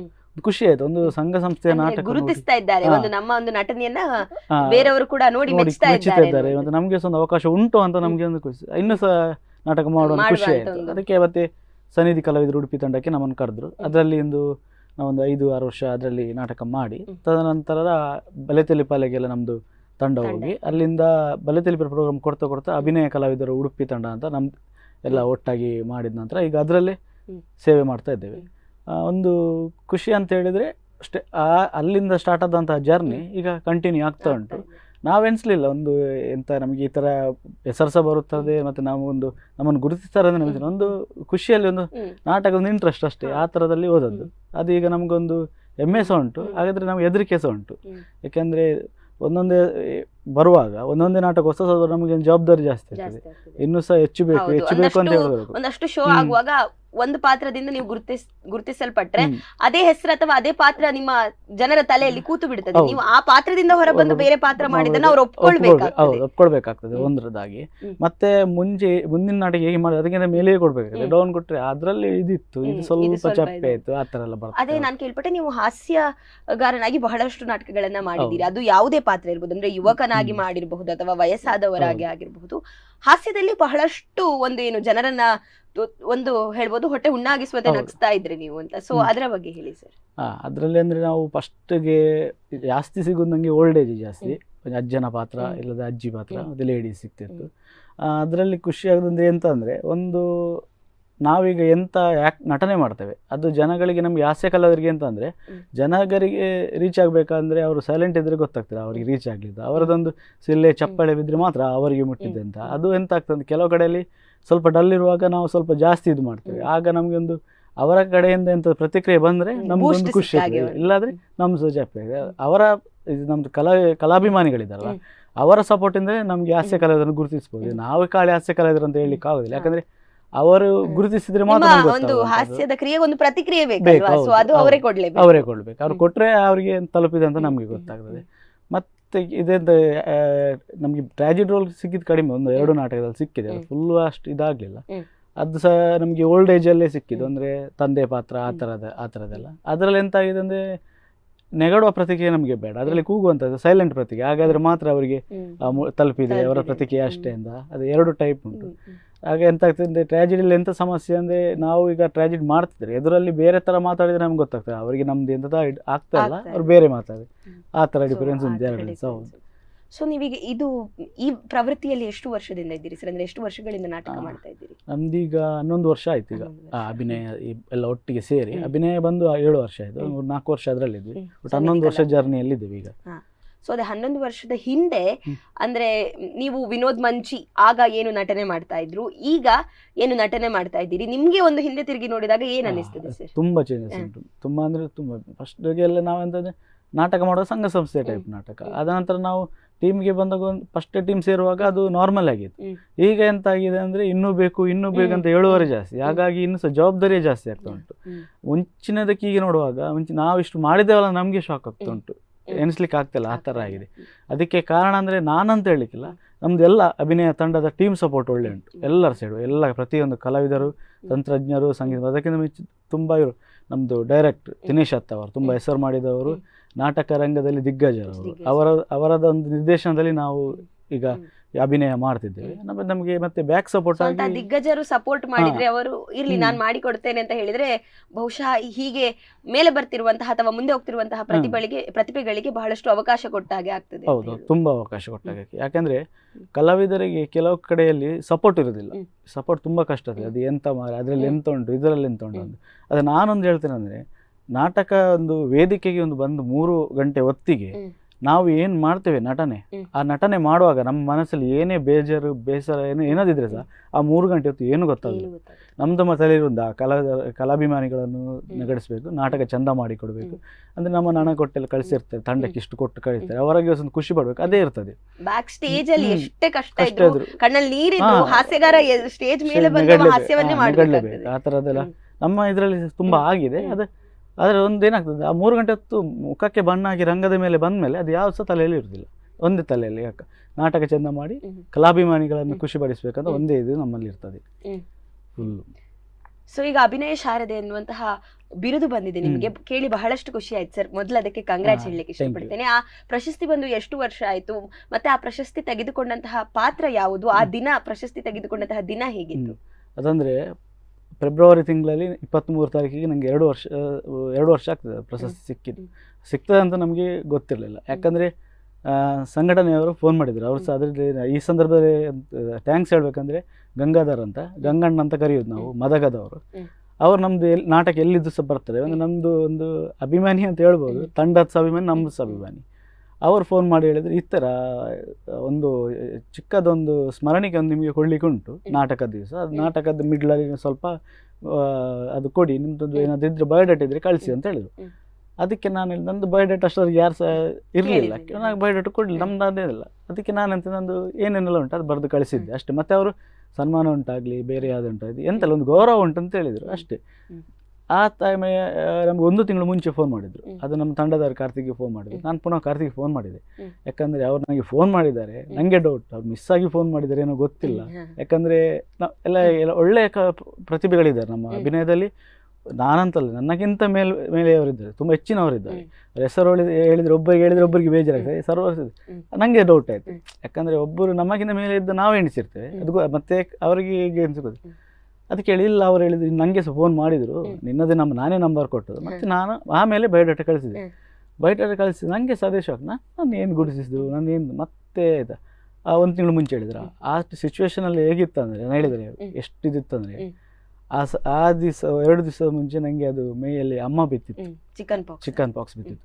ಚಿಕನ್ ಪಾಕ್ಸ್ ಮುಂಚಿನ ದಿವಸ ಬಿದ್ದದ್ದು. ಅದು ಆ ದಿವಸ ನಾವು ಕೋಣಿ ಕುಂದಾಪುರದಲ್ಲಿ ಕನ್ನಡ ನಾಟಕ ಮಾಡ್ತಿದ್ವಿ, ಅಲ್ಲಿ ಕಾಣಿತು. ಓಕೆ, ಅದು ನಾನು ಅಷ್ಟು ಇದು ಮಾಡಲಿಲ್ಲ. ಅದು ಮರು ದಿವಸ 1 ದಿವಸ ಮುಂಚೆ ಜೋರಾಯಿತು. ಸಂಜೆ ನಾಟಕ, ಅದು ಆ ದಿವಸ ಕಂಟಿನ್ಯೂ ನಾಟಕ, 1 ದಿವಸ ಸಹ ಫ್ರೀ ಇರಲಿಲ್ಲ. ಸೋಮವಾರದಿಂದ ಶನಿವಾರ ಫುಲ್ಲು ನಾಟಕ ಇತ್ತು. ನಾನು ಅಷ್ಟು ತಲೆ ಏರಿಸಲಿಲ್ಲ, ಜ್ವರ ಬಂತು, ಮಾತ್ರೆ ತಗೊಂಡೆ. ಅದು ಸಂಜೆ ಆಗ ಜಾಸ್ತಿ ಆಯಿತು. ಅದಕ್ಕೆ ಆ ದಿವಸ ಸಹ ಅಷ್ಟು ಅದಂತ ನಮಗೆ ಗೊತ್ತಿರಲಿಲ್ಲ. ಓಕೆ, ಅದು ಸ್ವಲ್ಪ ಇತ್ತಲ್ಲ. ಆ ದಿವಸ ಮುಂಚಿನ ದಿವಸ ಸಹ ನಾಟಕ ಹೋಗಿ, ಅದು ನೆಕ್ಸ್ಟ್ ದಿವಸ ನಮಗೆ ಕಟ್ಪಾಡಿಯಲ್ಲೇ ನಾಟಕ ಇತ್ತು. ಕಟ್ಪಾಡಿಯಲ್ಲಿ ಸಹ ನನಗೆ ಎಂದು ಕೊಡಲಿಲ್ಲ. ಮರು ದಿವಸ ನನಗೆ ಹೇಳಲಿಕ್ಕೆ ಆಗಲಿಲ್ಲ. ರಾತ್ರಿ ಹೋಗಿ ಮಲಗಿದವನು ಹೇಳಲೇ ಇಲ್ಲ. ಮತ್ತೆ ಲಾಸ್ಟ್ಗೆ ಸಂಜೆ ನಾಟಕ ಉಂಟಲ್ಲ, ಮತ್ತೆ ಇಲ್ಲಿ ಬರಲಿಕ್ಕೆ ಹೇಳಿದ್ದಾರೆ. ಅದು ಮತ್ತೆ ನನಗೆ ಆ ದಿವಸ ಅಜ್ಜಿನ ಪಾತ್ರ ಇದು. ಅದು ನನಗೆ ಎಂತ ಇತ್ತು, ನಂಗೆ ನೋವಿದ್ರೆ ಸಹ ನನಗೆ ನಾಟಕಕ್ಕೆ ಹೋಗ್ಬೇಕಂದ್ರೆ ನಾನು ಸಹ ನಮ್ಮ ತಂಡದವ್ರು ಹೇಳಿದ್ದೆ, ನಾನು ನಾಟಕ ಜನ ಮಾಡೋದು ಬೇಡ, ನಾನು ಎಲ್ಲ ನಾಟಕ ನಾನು ಬರ್ತೇನೆ ಅಂತ ಹೇಳಿ. ಜ್ವರ ಅಲ್ಲ, ಮಾತ್ರೆ ತಗೊಂಡು ಬರ್ತೇನೆ ಆಯಿತು ಅಂತ ಹೇಳಿದ್ರು. ಮತ್ತು ನಾನು ಮಾತ್ರೆ ಎಲ್ಲ ಮರದೆಲ್ಲ ತಗೊಂಡು ಸ್ವಲ್ಪ ಸುಧಾರಿಸ್ಕೊಂಡು ಒಳ್ಳೆ ತನಕ ಕಣ್ಣು ಬಿಡ್ಲಿಕ್ಕೆ ಆಗ್ತಾಯಿಲ್ಲ, ಫುಲ್ಲು ಮುಖಕ್ಕೆ ಅದೆಲ್ಲ ಇದಾಗಿತ್ತು. ಮಾತ್ರೆ ಪವರಲ್ಲಿ ಹೋಗಿದ್ದೀನಿ. ಗಾಡಿಯಲ್ಲಿ ಹೋಗುವಾಗ ನಮ್ಮದು ಕಾರ್ತಿಕ್ ಅಂತ ಹೇಳಿದ್ರು, ಎಷ್ಟು ಜೋರಿದ್ರೆ ಬೇಡ ಇತ್ತು ಮಾರೆ ಕಣ್ಣಲ್ಲೆಲ್ಲ, ಅಷ್ಟು ಇದರಲ್ಲಿ ರಿಸ್ಕ್ ಬೇಡ. ನಾನು ಇಲ್ಲ ಆಗ್ತದ ನಾ ಮಾಡ್ತೇನೆ ಅಂತ ಹೇಳಿ, ನಿಮ್ಮ ಒಂದು ಒಳಗಿನ ಶಕ್ತಿ ನಾ ಮಾಡ್ತೇನೆ ಆಯ್ತು ನೋಡು ಅಂತ ಹೋದ್ವಿ. ಅದು ಆ ದಿವಸ ಹೋದಾಗ ನಾಟಕ ಸ್ಟಾರ್ಟ್ ಆಗುವಾಗ ತುಂಬ ಲೇಟ್, 12 ಗಂಟೆ ಆಗಿತ್ತು. ಕೂಡ್ತಿಲ್ಲ, ಮಾತ್ರೆ ತಗೊಂಡು ಮೇಕಪ್ ಸಹ ಮಾಡ್ಲಿಕ್ಕೆ ಆಗಲಿಲ್ಲ, ಸ್ವಲ್ಪ ಮುಖದಲ್ಲೆಲ್ಲ ಇದಾಗಿತ್ತು. ಅಲ್ಲೆಲ್ಲಿ ಮಾಡಿ, ಅದು ಸಹ ಅಜ್ಜಿಯ ಪಾತ್ರ, ಅದೊಂದು ಇಷ್ಟದ ಪಾತ್ರ, ನನಗೆ ಹೆಸರು ತಂದ ಪಾತ್ರ, ಮತ್ತು ನನಗೆ ಶಾರದೆ ಅಂತ ಬಿರುದು ತಂದಂಥ ಪಾತ್ರ. ಈಗ ಇತ್ತೆ ಗೊತ್ತಾಬಜಿ ನಾಟಕದ್ದು ಅಜ್ಜಿಯ ಪಾತ್ರ, ಅದೇ ನಾಟಕ. ಅದರಲ್ಲಿ ಎಂತಾಗಿದೆ ಅಂದರೆ, ಸೀರೆ ಇಡುವಾಗ ಸಹ ಎಲ್ಲ ಪೊಕ್ಕೆ ಬಿದ್ದಿದೆ. ಆ ದಿವಸ ನಮ್ಮದು ಎಲ್ಲ ಮಾಡಿದ ನಂತರ ಅಲ್ಲಿ ಇದು ನಾಟಕ ಮಾಡಲೇಬೇಕು, ಹೋಗಿ ಆಗಿದೆಲ್ಲ ಕಷ್ಟಪಟ್ಟು ನಾಟಕ ಮಾತ್ರ. ಅದೇ ಹೇಳಿದ್ರೆ ಮುಖಕ್ಕೆ ಬಣ್ಣ ಹಚ್ಚಿ ನಾಟಕ ಮುಗಿಯೋ ತನಕ ನನಗೆ ನೋವೇ ಗೊತ್ತಾಗಲಿಲ್ಲ. ನಾಟಕ ಮುಗ್ದ ಮೇಲೆ ಮಾತ್ರ 4 ದಿವಸ ನಾಟಕ ಮಾಡಿ, ಕಲಾವಿದರ ಶಕ್ತಿ ಅಥವಾ ಕಲಾವಿದರ ಒಂದು ಮನಸ್ಸಿನ ಒಂದು ಏನು ಹೇಳೋದು ಆತ್ಮವಿಶ್ವಾಸ ಅಂತ ಹೇಳ್ಬಹುದು. ಮತ್ತೆ 4 ದಿವಸ ನಾಟಕ ಮಾಡಲಿಲ್ಲ. ಮತ್ತೆ ಅದೇ ವೇದಿಕೆಯಲ್ಲಿ ಗೌರವ ಅಂತ ಹೇಳಿದ್ರಲ್ಲ, ಅದು ಸಹ ನನಗೆ, ನಾನಂದರೆ ದಯಾನಂದ್ ಕತಾಲ್ ಸರ್ ಅವರೆಲ್ಲ ದಿಗ್ಗಜರ ಇರುವಂತಹ ವೇದಿಕೆ ಇತ್ತು. ಅದು ನನಗೆ ಓದ್ ಕೂಡಲೇ ಹೇಳಿದರು, ಒಂದು ಈಗ ಇದು ಮಾಡ್ತೇವೆ, ನೀವು ಮತ್ತೆ ಮೇಕಪ್ ಕೂತ್ಕೊಳ್ಳಿ ಅಂತ ಹೇಳಿದ್ರು. ನಾನು ಎನಿಸಿದ್ದೇನೆ, ನಾವು ಒಂದು ಗೌರವವನ್ನು ಸನ್ಮಾನ ಮಾಡ್ತಾರೆ, ಇಲ್ಲ ಸ್ಮರಣಿಕೆ ಕೊಡ್ಬೋದು, ಕೆಲವರು ಗುರುತಿಸ್ತಾರೆ, ಅದು ಹೆಚ್ಚಿನ ಕಡೆಯಲ್ಲೇ ಆಗ್ತದೆ. ತಂಡದ ಕಲಾವಿದರು ಕರೆದ್ರು, ಅಲ್ಲಿ ಕೂತ್ಕೊಂಡು ಶಾಲಾ ಹಾಕಿ ಇದು ಸನ್ಮಾನ ಪತ್ರ ಕೊಟ್ಟು ಲಾಸ್ಟಿಗೆ ಅಭಿನಯ ಶಾರದದ ಬಿರುದು, ಅದೊಂದು ನನ್ನ ನೋವೆಲ್ಲ ಮರೆಸಿಬಿಟ್ಟಿದೆ. ನಿಜ ಈಗಲೇ ಸಹ ನಾನು ಹೇಳ್ತೇನೆ, ಅದೊಂದು ಎನಿಸದ್ದು. ಒಂದು ಕಡೆಯಲ್ಲಿ ಹುಷಾರಿಲ್ಲ, ಒಂದು ಕಡೆ ನಾಟಕ ಮಾಡಬೇಕು ಅನಿವಾರ್ಯ, ಇನ್ನೊಂದು ಕಡೆಯಲ್ಲಿ ಹೆಸರು ಸಿಕ್ಕಿದ ಸಂದರ್ಭ, ಅದು ಎಲ್ಲ ಒಟ್ಟಾಗಿ ಅದೇ ಒಂದು ನಂಗೆ ಆ ದಿವಸ ನಾಟಕ ಮಾಡಲಿಕ್ಕೆ ಸ್ಫೂರ್ತಿ ಆದದ್ದು. ವರ್ಷಗಳ ಕಾಲ ಏನು ಕಲಾ ಸೇವೆ ಮಾಡಿದ್ದಕ್ಕೆ ಒಂದು ಗುರುತಿಸಂದೆ ಕಲಾವಿದ. ನಮ್ಮ ತಂಡದಲ್ಲಿ ಕಲಾವಿದನಾಗಿ ನನಗೆ ಸಿಕ್ಕಿದಂತ ಮೊದಲ ಹೆಸರು ಅಭಿನಯ ಶಾರದೆ ಅಂತ. ಮತ್ತೆ ಅದರಲ್ಲಿ ಕೂಡ ನಿಮ್ಮ ಅಭಿನಯ ತಂಡದ ಒಂದು ಹೆಸರಿದೆ, ಅಭಿನಯ ತಂಡ ಅಂತ ಹೆಸರಿದೆ, ಅಭಿನಯ ಶಾರದಾ ಅಂತ ಹೆಸರಿದೆ. ಮತ್ತೆ ನಮ್ದು ಇವರಿಗೆ, ನಮ್ಮ ನಿರ್ದೇಶಕರಿಗೆ ಸಹ ಅಭಿನಯ ರತ್ನ ಅಂತ ಹೆಸರಿದೆ. ಅದನಂತರ ಅಭಿನಯ ಅಂತ ಇದರಲ್ಲಿ ಸಹ ಅಭಿನಯ ಸೇರಿ ಅಭಿನಯ ತಂಡದವರೇ ಕೊಟ್ಟಾಗೆ ಆಗಿದೆ. ಅದಕ್ಕೆ ಮತ್ತೆ ಈಗ ಸಹ ಅವರದೊಂದು ನೆನಪು, ಯಾರು ಗಂಗಣ್ಣ ಅಂತ ಇದ್ರು ಮಾದಕ, ಅವರನ್ನು ಪ್ರತಿ ವರ್ಷ ಸನ್ಮಾನ, ಮೊದಲ ಸನ್ಮಾನ ನಿಮ್ದು ಅಂತ ಹೇಳುದು ಅಷ್ಟೇ. ಸನ್ಮಾನ ಆಗಿದೆ, ಅದು ಇದೊಂದು ಸನ್ಮಾನ ಅಂತ ಮರೆಯೋದಿರ್ತದ, ಮರಲಿಕ್ಕೆ ಆಗುದು ಸಾಧ್ಯವೇ ಇಲ್ಲ. ಅದು ಅಷ್ಟು ಖುಷಿ ಕೊಟ್ಟಂತ ಸನ್ಮಾನ ಅದು. ಹಾಗೆ ಸರ್, ಈಗ ನಿಮ್ಮ ಅಭಿನಯ ತಂಡದಲ್ಲಿ ನೀವು ಆಗ್ಲೇ ಹೇಳಿದ್ರಿ, ನಿಮ್ಮ ತಮ್ಮ ವಿಕ್ರಮ್ ಮಂಚಿ ಅವರು ನಿಮ್ಮ ಜೊತೆಗೆ ಈಗ ಒಂದು ಕೆಲವೊಂದು ಟೀಮಲ್ಲಿ ಫ್ರೆಂಡ್ಸ್ ಜೊತೆಗೆ ಇರ್ತಾರೆ, ಅಥವಾ ಒಂದು ಸಣ್ಣದ್ರಿಂದ ಒಟ್ಟಿಗೆ ಬೆಳೆದಂತವ್ರ ಜೊತೆ ಇರ್ತಾರೆ. ಈಗ ನೀವು ಅಣ್ಣ ತಮ್ಮಂದಿರ ಜೊತೆಯಾಗಿದ್ದೀರಿ, ಆ ಕಾಂಬಿನೇಷನ್ ಹೇಗಿದೆ, ಜನರು ಅದನ್ನ ಹೇಗೆ ಸ್ವೀಕರಿಸ್ತಾರೆ? ಕೆಲವರಿಗೆ ಎಂತ ಆಗಿದೆ ಅಂದ್ರೆ, ಕೆಲವರಲ್ಲಿ ವೇದಿಕೆಯಲ್ಲಿ ನಾವು ಮಾತಾಡುವಾಗ ಕೆಲವರಿಗೆ ಗೊತ್ತಿರೋದಿಲ್ಲ ನಾವು ಅಣ್ಣ ತಮ್ಮ ಅಂತ. ಅಂದ್ರೆ ಅಷ್ಟು ಫ್ರೀ ಆಗಿ ನಾವು ಅಣ್ಣ ತಮ್ಮ ಫ್ರೆಂಡ್ ಆಗಿದ್ರೆ ಮನೆಯಲ್ಲಿ ಮಾತಾಡೋದು ಕಡಿಮೆ, ಸ್ಟೇಜಲ್ಲಿ ಮಾತಾಡೋದು ಜಾಸ್ತಿ. ಆಗ ಕೇಳ್ತಾರೆ, ಮನೆಯಲ್ಲಿ ನೀವು ಮಾತಾಡೋದಿಲ್ಲ, ಸ್ಟೇಜಲ್ಲಿ ಬಿಡುದಿಲ್ಲ, ಒಬ್ಬರಿಗೊಬ್ರು ಪೈಪೋಟಿ ಕೊಡ್ತೀರಾ. ಅದ್ರ ಹಾಗಾಗಿ ಕೆಲವು ನಮ್ದು ತಂಡಕ್ಕೆ ಹೊಸತ್ತು ಯಾರು ಬಂದ್ರೆ ಸಹ ಅವರಿಗೆ ಗೊತ್ತಿರುವುದಿಲ್ಲ ನಾವು ಅಣ್ಣ ತಮ್ಮ ಅಂದ್ರೆ ಸ್ಟೇಜ್ ಇಂದ ಕೆಳಗೆ ಅಷ್ಟ ಅಣ್ಣ ತಮ್ಮ ಅಂದ್ರೆ ತುಂಬಾ ಮಾತುಕತೆ. ಹೌದು, ಬಂದೆ ಮಾತಾಡ್ತೇವೆ, ಟೀಮಲ್ಲಿ ಗಮ್ಮತ್ತಲ್ಲ, ಮನೆಯಲ್ಲಿ ಸಹ ಅಷ್ಟೇ. ಆದ್ರೆ ಅವ್ರು ಹೇಳಿದ್ರು, ಅಣ್ಣ ತಮ್ಮ ಬಂದ್ರೆ ಕೆಲವರು ಅಷ್ಟು ಇದು ಮಾಡುದಿಲ್ಲ, ನೀವು ಒಟ್ಟಿಗೆ ಇರ್ತೀರಿ ಮಾರೆ, ಆತರ. ಅಂದ್ರೆ ಒಟ್ಟಿಗೆ ಇದ್ದೇವೆ ನಾವು. ನಾಟಕ ಬರೆಯುವಾಗಲಿ ಯಾವ ಇದು ನಮಗೆ ಸಹ ಒಳ್ಳೆ ಸಪೋರ್ಟ್ ಉಂಟು, ಅವನಿಗೆ ಸಹ ನನಗೆ ಒಳ್ಳೆ ಸಪೋರ್ಟ್ ಉಂಟು, ರೈಟ್ರು ಕೂಡ. ಮತ್ತು ನಾನು ನಾಟಕ ಬರೆಯುವ ಮೊನ್ನೆ ಇದೆ ಇತ್ತೆಗೊತ್ತಪ್ಪಿ ನಾಟಕ ಬರೆಯುವಾಗ ಸಹ ಹೇಳಿದ್ದ, ಈ ಸತಿ ಒಂದು ಡಿಫ್ರೆಂಟ್ ಕ್ಯಾರೆಕ್ಟರ್ ಉಂಟು, ಅದು ನೋಡಿ ನೀನು ಮಾಡಿದರೆ ಮತ್ತೆ ಸಕ್ಸಸ್ ಆಗ್ತಿ ಅಂತ ಹೇಳಿದರು. ಹಾಗೆ ನಮ್ಮದು ಅಧ್ಯಕ್ಷರು ಉಮೇಶ್ ಅಂತ, ಅವರು ಫಸ್ಟಿಗೆ ನಾನು ರೋಲ್ ತಗೊಳ್ಳೋಕೆ ಹೇಳಿದರು, ಇದು ರೋಲ್ ಮಾಡಿದರೆ ನಿಂಗೊಂದು ಹೆಸರಂತೂ ಗ್ಯಾರಂಟಿ ಅಂತ ಹೇಳಿ. ಅದು ಮಾತ್ರ 100% ಹೌದು ಆಗಿದೆ, ಆ ಥರ ಇದೆ. ಹೌದು. ಸೊ ಅದೇ ನೀವೀಗ ಹೇಳಿದ್ರೆ ನಿಮ್ಮ ತಮ್ಮ ರೈಟರ್ ಬರೀತಾರೆ ಅಂತ. ಸೊ ಅವರು ಯಾವತ್ತಾದ್ರೂ ನನ್ನ ಅಣ್ಣ ಈ ಪಾತ್ರ ಮಾಡ್ಬೇಕು, ಈ ಪಾತ್ರ ಮಾಡಿದ್ರೆ ಅವರು ಚೆನ್ನಾಗಿರ್ಬಹುದು ಅಂತದ್ದು ಬರ್ದದ್ ಯಾವ್ದಾರು, ಅಥವಾ ನಿಮಗೆ ಹೇಳಿದ್ದು ಅಂದ್ರೆ ನೀ ಇದನ್ನೇ ಮಾಡ್ಬೇಕು, ಇದು ನಿನಗೆ ಸೂಟ್ ಆಗುವಂತಹ ಪಾತ್ರ ಅಂತ? ಹೌದು, ಅದನ್ನೇ ಫಸ್ಟ್ ನಮ್ದು ಅಭಿನಯ ತಂಡದಲ್ಲಿ ಫಸ್ಟ್ ನಾಟಕ ಹೆಣ್ಣಿನ ಬೇತೆ ಆಯಿನ ಬೇತೆ ಅಂತ ಬಂದು, ಅಷ್ಟರವರೆಗೆ ನಾನು ಲೇಡಿ ಪಾರ್ಟ್ ಮಾಡ್ತಿದ್ದೆ ಕಡಿಮೆ. ಅದು ನಾನು ಅವ್ರ ಹತ್ರ ಹೇಳಿದ್ದೆ, ನನಗೆ ಬೇರೆ ರೋಲ್ ಇತ್ತು, ಬೇರೆ ಇತ್ತುವಾಗ ಅದೊಂದು ನಿಂಗಿ ರೋಲ್ ಅಂತ ಇತ್ತು, ಅದು ಮಾಡ್ಬೇಕು ನೀನು ಅಂತೇಳಿ. ಅದು ನಿಂಗೆ ಬರ್ದದು ನಿಂಗೆ ಸೂಟ್ ಆಗ್ತದೆ, ಅದಕ್ಕೆ ನಾನು ನಂಗೆ ಮಾಡ್ಲಿಕ್ಕೆ ಆಗೋದಿಲ್ಲ ಮಾಡಿ, ಲೇಡಿ ಪಾರ್ಟ್ ಒಂದು ಬೇಡ, ಬೇರೆ ಅದು ಮಾಡ್ತೇನೆ, ಅದಕ್ಕೆ ಇಲ್ಲ ನೀನು ನಿಂಗೆ ಸೂಟ್ ಆಗ್ತದೆ ಅಂತ ಹೇಳಿ. ಅದಕ್ಕೆ ಮತ್ತೆ ನಮ್ಮದು ಕಾರ್ತಿಕ್, ಉಮೇಶನ, ರಾಕೇಶ್ ಎಲ್ಲ ಇದ್ದಾರೆ, ಇಲ್ಲ ನಿಂಗೆ ಆಗ್ತದೆ ಆಗೋದಿಲ್ಲ ಅಂತ ಹೇಳಿಲ್ಲ, ಮತ್ತೆ ನೋಡು ಆಗದಿದ್ರೆ ಮತ್ತೆ ನೋಡು ಅಂತ ಮತ್ತೆ ಪುನಃ ಹೇಳಿದ್ರು, ನೀನು ಅದು ಮಾಡೋದಾದ್ರೆ ಅದ್ರ ಕಾಸ್ಟ್ಯೂಮ್ ಖರ್ಚು ನಾವೇ ನೋಡ್ತೇವೆ ಮಾರ ಅಂತೇಳಿ. ಆಯ್ತು ನೋಡು ಹಾಗಾದ್ರೆ ಟ್ರೈ ಮಾಡುವ, ಅದಕ್ಕಿಂತ ಇಂಚೆಲ್ಲ ಇಲ್ಲ ಹಿಂದೆ ಇರುವಾಗ ಇದೇ ಮಾಡ್ತಿದ್ದೆ, ಅದು ಓಲ್ಡ್ ಏಜ್ ರೋಲ್ ಮಾಡ್ತಿದ್ದೆ, ನೋಡುವ ಟ್ರೈ ಮಾಡುವ ಮಾಡುವಂತ ಮಾಡಿದೆ.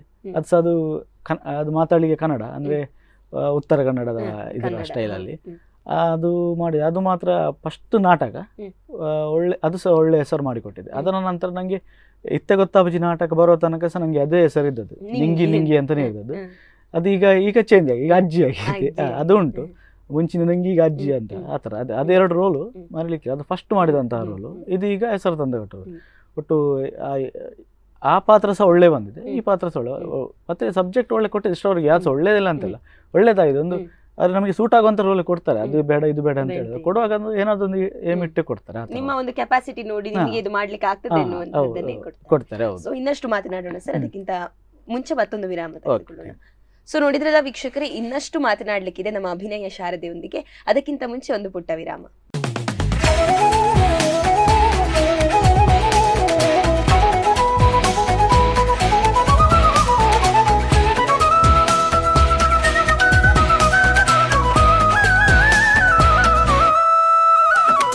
ಸ್ಪಂದನ ವಾಹಿನಿಯ ಸಮಸ್ತ ವೀಕ್ಷಕರಿಗೆ ಮತ್ತೊಮ್ಮೆ ಕಲಾವಿದ ವಿಶೇಷ ಕಾರ್ಯಕ್ರಮಕ್ಕೆ ಸ್ವಾಗತ. ಬನ್ನಿ ವಿನೋದ್ ಮಂಚಿ ಅವರೊಂದಿಗೆ ಮತ್ತಷ್ಟು ಮಾತುಕತೆಯನ್ನ ಮಾಡೋಣ. ಸರ್, ಈಗ ಅದೇ ನೀವು ಹೇಳಿದ್ರಿ ಅಭಿನಯ ಕಲಾವಿದರನ್ನುವ ತಂಡವನ್ನ ಕಟ್ಟಿ 7-8 ವರ್ಷಗಳಾಯ್ತು ಅನ್ನುವಂಥದ್ದು. ಸೊ ನೀವು ಅದನ್ನ ಬಿಟ್ಟು ಬೇರೆ ಕೂಡ ಒಂದು ತಂಡವನ್ನ ಕಟ್ಟಿದ್ದೀರಿ ಅನ್ನೋದನ್ನ ನಾನು ಕೇಳಿಪಟ್ಟೆ. ಅದರ ಬಗ್ಗೆ ಒಂದು ತಂಡದ ಸ್ಥಾಪಕ ಅಧ್ಯಕ್ಷರಾಗಿದ್ದೀರಿ, ಒಂದು ಸಂಘದ ಸ್ಥಾಪಕ ಅಧ್ಯಕ್ಷರಾಗಿದ್ದೀರಿ. ಹೌದು, ನಾನಂದ್ರೆ ಇದಕ್ಕೆ ನಾಟಕ ರಂಗಕ್ಕೆ ಬರೋ ಮುಂಚೆ ಅದು ಪ್ರಾರಂಭ ಆದದ್ದು ಯುವ ಸೇವಾ ಸಂಘ ಅಂತ ನಾವು ಮಾಡಿದ್ದು. ಅದು ಯಾವ ಥರ ಮಾಡಿದಂದ್ರೆ, ಹೀಗೆ ಎಲ್ಲರೂ ಒಟ್ಟಾಗಿ ಏನಾದರೂ ಮಾಡಬೇಕಂತ ಉದ್ದೇಶದಿಂದ ಮಾಡಿದಂತಹ ಸಂಸ್ಥೆ ನಮ್ಮದು ಯುವ ಸೇವಾ ಸಂಘ ಅಂತ. ಇದೀಗ ಸತತ 13 ವರ್ಷದಿಂದ ಅದು ನಡೆಸ್ತಿದೆ, ಸ್ಥಾಪಕ ಅಧ್ಯಕ್ಷನಾಗಿದ್ದೇನೆ ನಾನೀಗ. ಅದೀಗ ಯಾವ ಥರ ಆಗಿದೆ ಅಂದರೆ, ನಾವು ಪ್ರಾರಂಭ ಮಾಡಿದಂಥ ಸಂಸ್ಥೆ ಈಗ ಒಂದು ಉನ್ನತ ಮಟ್ಟದಲ್ಲಿದೆ. ಒಂದು ಈಗ ಗ್ರೀನ್ ರೂಮ್ ಆಗಲಿ, ಅದಕ್ಕೆ ವಿದ್ಯುತ್ ಸಂಪರ್ಕ ಆಗಲಿ ಎಲ್ಲ ಆಗಿ ಅದಕ್ಕೆ ಉಪಸಂಸ್ಥೆ ಆಗಿದೆ ಯುವ ಟೈಗರ್ಸ್ ಅಂತ. ಅದರಲ್ಲಿ ಸಹ ನಾವೀಗ ಎಂತ ಮಾಡಿದ್ರೆ, ಹುಷಾರಿಲ್ಲದವರಿಗೆ ಅಂತ ಡೊನೇಷನ್ ಮಾಡುವಂಥದ್ದಾಗಲಿ, ಮತ್ತು ಸಮಾಜಕ್ಕೆ ಮಾಡ್ತಿದ್ದೇವೆ. ಹೌದು, ಆ ಥರ ಮಾಡ್ತಿದ್ದೇವೆ. ಮತ್ತು ಯಾರಿಗೆ ಸ್ಕಾಲರ್ಶಿಪ್ ಮಕ್ಕಳಿಗೆ ಕೊಡುವಂಥದ್ದು, ಮತ್ತು ತೀರಾ ಬಡತನ ಇದ್ದವರಿಗೆ ಅವರಿಗೆ ಬೇಕಾದಂಥ ವ್ಯವಸ್ಥೆಯನ್ನು ಮಾಡುವಂಥದ್ದು. ಮತ್ತು ನಮ್ಮದು ಈಗ ನಗರಸಭೆಯಿಂದಾಗಿ ಯಾರಿಗೆ ಅದು ಹೆಲ್ಪ್ ಬೇಕಿದ್ರೆ ಅವರಿಗೆ ಯಾವ ಥರ ಬೇಕಂದ್ರೆ ನಾವು ಮುಂದೆ ಹೋಗಿ ಮುಟ್ಟುವಂಥ ಕೆಲಸವನ್ನು ನಾವು ಮಾಡ್ತಾ ಇದ್ದೇವೆ. ಮತ್ತು ಕೊರೋನಾ ಸಂದರ್ಭದಲ್ಲಿ ಸಹ ನಾವು ಆ ಥರದಲ್ಲಿ ಬೇಕಾದಂಥ ತರಕಾರಿ ಮತ್ತು ದಿನಸಿ ಸಾಮಗ್ರಿಯನ್ನು ಕೊಡುವಂಥದ್ದು. ಅಂದರೆ ಒಂದು ಮನೆಗೆ ಅಂತಲ್ಲ, ಯಾಕಂದರೆ ಕೆಲವರೆಲ್ಲ ಕೊಟ್ಟಿದ್ದು ಎಂತಾಗಿದೆ ಅಂದರೆ ಸೆಲೆಕ್ಟ್ ಮಾಡಿ ಕೊಟ್ಟಿದ್ದಾರೆ. ಆಗ ಎಲ್ಲರೂ ಸಹ ಈಗ ಒಂದೇ ಥರ ಇದ್ರು ಕೊರೋನಾ ಟೈಮಲ್ಲಿ. ನಾವೊಂದು 200 ಮನೆಗೆ ಬೇಕಾದಂಥ ಸಾಮಗ್ರಿ ತರಕಾರಿಯನ್ನು ಕೊಟ್ಟಿದ್ದೇವೆ. ಮತ್ತು ತುಂಬ ಅಗತ್ಯ ಇರುವವರಿಗೆ 1 ತಿಂಗಳದ್ದು ದಿನಸಿ ಸಾಮಗ್ರಿ ಕೊಟ್ಟಿದ್ದೇವೆ. ಮತ್ತು ಹುಷಾರಿಲ್ಲದವರಿಗೆ ಹಣ ಕೊಟ್ಟು ಅವರಿಗೆ ಬೇಕಾದಂತಹ ಸಂಸ್ಥೆಯಲ್ಲೇ ಮಾಡಿಕೊಂಡು ಇದೀಗ 13 ವರ್ಷದಿಂದ ಎಲ್ಲ ಯುವಕರೊಂದಿಗೆ ಸೇರಿ ಈಗ ಸಂಸ್ಥೆ ಒಳ್ಳೆ ರೀತಿಯಲ್ಲಿ ಮುಂದೆ ಹೋಗ್ತಾ ಉಂಟು, ಖುಷಿ ಆಗ್ತಾ ಉಂಟು. ಹೌದು, ಈಗ ಅದು ಆ ಸಂಸ್ಥೆ ಯಾವ ಥರ ಆಗಿದೆ ಅಂದರೆ, ಒಂದು ಈಗ ನಮ್ಮ ಪರಿಸರಕ್ಕೆ ಯಾರು ಬಂದರೆ ಮೊದಲು ಹೇಳುವಂಥದ್ದು ಸಂಸ್ಥೆ ನಿಮ್ಮದೊಂದು ಇಲ್ಲೊಂದು ಸಂಘ ಉಂಟಲ್ಲ, ಅದು ಒಳ್ಳೆ ಉಂಟಲ್ಲ, ಆ ಥರದ್ದು ಈಗ ಬಂದಿದೆ. ಅದನ್ನು ಲಾಸ್ಟ್ ಟೈಮ್ ನಾವು ಕೇಳಿರ್ಬೋದು, ಸಿಂಚನ ಅಂತ ಬ್ರಹ್ಮಾವರದ ಕಿಡ್ನಿ ಫೈಲ್ ಹುಡುಗಿ, ಅವಳಿಗೆ ನಾವು ಒಂದು ಮಂಗಳೂರು ದಸರಕ್ಕೆಲ್ಲ ಹೋಗಿ ಲಾಸ್ಟಿಗೆ ಒಂದು ವೇಷ ಹಾಕಿ 2.5 ಲಕ್ಷ ರೂಪಾಯಿ ಸಂಘದಿಂದ ಕೊಟ್ಟಿದ್ವಿ. ಅದು ನಮಗೆ ಫಸ್ಟ್ ಇದು ನಮ್ಮದೊಂದು ಅದು ಮಾಡುವಂಥ ಉದ್ದೇಶ ಇರಲಿಲ್ಲ, ಮನೆಗೆ ಹೋಗಿ ಒಳಿವೇಷ ಆಗ್ತಿದ್ವಲ್ಲ, ಅದರಲ್ಲಿ ಉಳಿದ ಒಂದು 10,000 ಕೊಟ್ಟು ಬರುವಂಥ ಮನೆ ಹೋಗೋ ಸಂದರ್ಭದಲ್ಲಿ ಅವರನ್ನು ನೋಡಿ ಅವರ ಪರಿಸ್ಥಿತಿ ತುಂಬಾ ನೋಡಿ ಕಷ್ಟದಲ್ಲಿದ್ರು. ನೋಡಿ ನಾವೆಂತ ಮಾಡಿದ್ವಿ ಅಂದರೆ ಯುವ ಟೈಗರ್ಸ್ ಅಂತ ಮಾಡಿದ್ವಿ. ಯುವ ಟೈಗರ್ಸ್ ಅಂದರೆ ಅಲ್ಲಿ ಯಾರು ಸಹ ಬರ್ಬೋದು, ಎಲ್ಲ ಸೇರ್ಬೋದು ಅಂತ ಹೇಳಿ ಯುವಕರು ಯಾರು ಕೂಡ ಬರ್ಬೋದು. ಆಗ ಯುವ ಟೈಗರ್ ಅದರಲ್ಲಿ ನಮಗೊಂದು 40 ಯುವಕರು ಬಂದರು. ಆ ಯುವಕರನ್ನು ಹಿಡ್ಕೊಂಡು ಯುವ ಸೇವಾ ಸಂಘ ಹಾಗೂ ಯುವ ಟೈಗರ್ಸ್ ಎಲ್ಲ ಸೇರಿ ಆ ಥರದಲ್ಲೊಂದು ಟೀಮ್ ಮಾಡಿ ಈಗ ಅದು 2ನೇ ವಾರ್ಷಿಕೋತ್ಸವ ಎಲ್ಲ ಮಾಡ್ತೇವೆ. ವಾರ್ಷಿಕೋತ್ಸವ ಸಂದರ್ಭದಲ್ಲಿ ಅಲ್ಲಿನ ಪರಿಸರದ ಮಕ್ಕಳಿಗೆ ಆಟೋಟ ಸ್ಪರ್ಧೆಗಳು ಮಾಡಿ ಮತ್ತೆ ಸ್ಕಾಲರ್ಶಿಪ್ ಆ ಥರದ್ದೆಲ್ಲ ಮಾಡಿ ಮತ್ತೆ ಸ್ಥಳೀಯ ಪ್ರತಿಭೆಗಳನ್ನು ಕೂಡ ಗುರುತಿಸುವಂಥ ಕೆಲಸ ಮಾಡ್ತಿದ್ದೇವೆ. ಈಗ ಮತ್ತೆ ವರ್ಷಕ್ಕೊಮ್ಮೆ ಯುವ ಸೌರಭ ಅಂತ ಪ್ರಶಸ್ತಿಯನ್ನು ಸಹ ಕೊಡ್ತಾ ಇದ್ದೇವೆ ಅರ್ಹರಿಗೆ, 2-3 ಜನಕ್ಕೆ ಕೊಡ್ತಿದ್ದೇವೆ. ಹೌದು, ಆ ಥರದಲ್ಲೇ ಬರ್ತಾ ಇದೆ.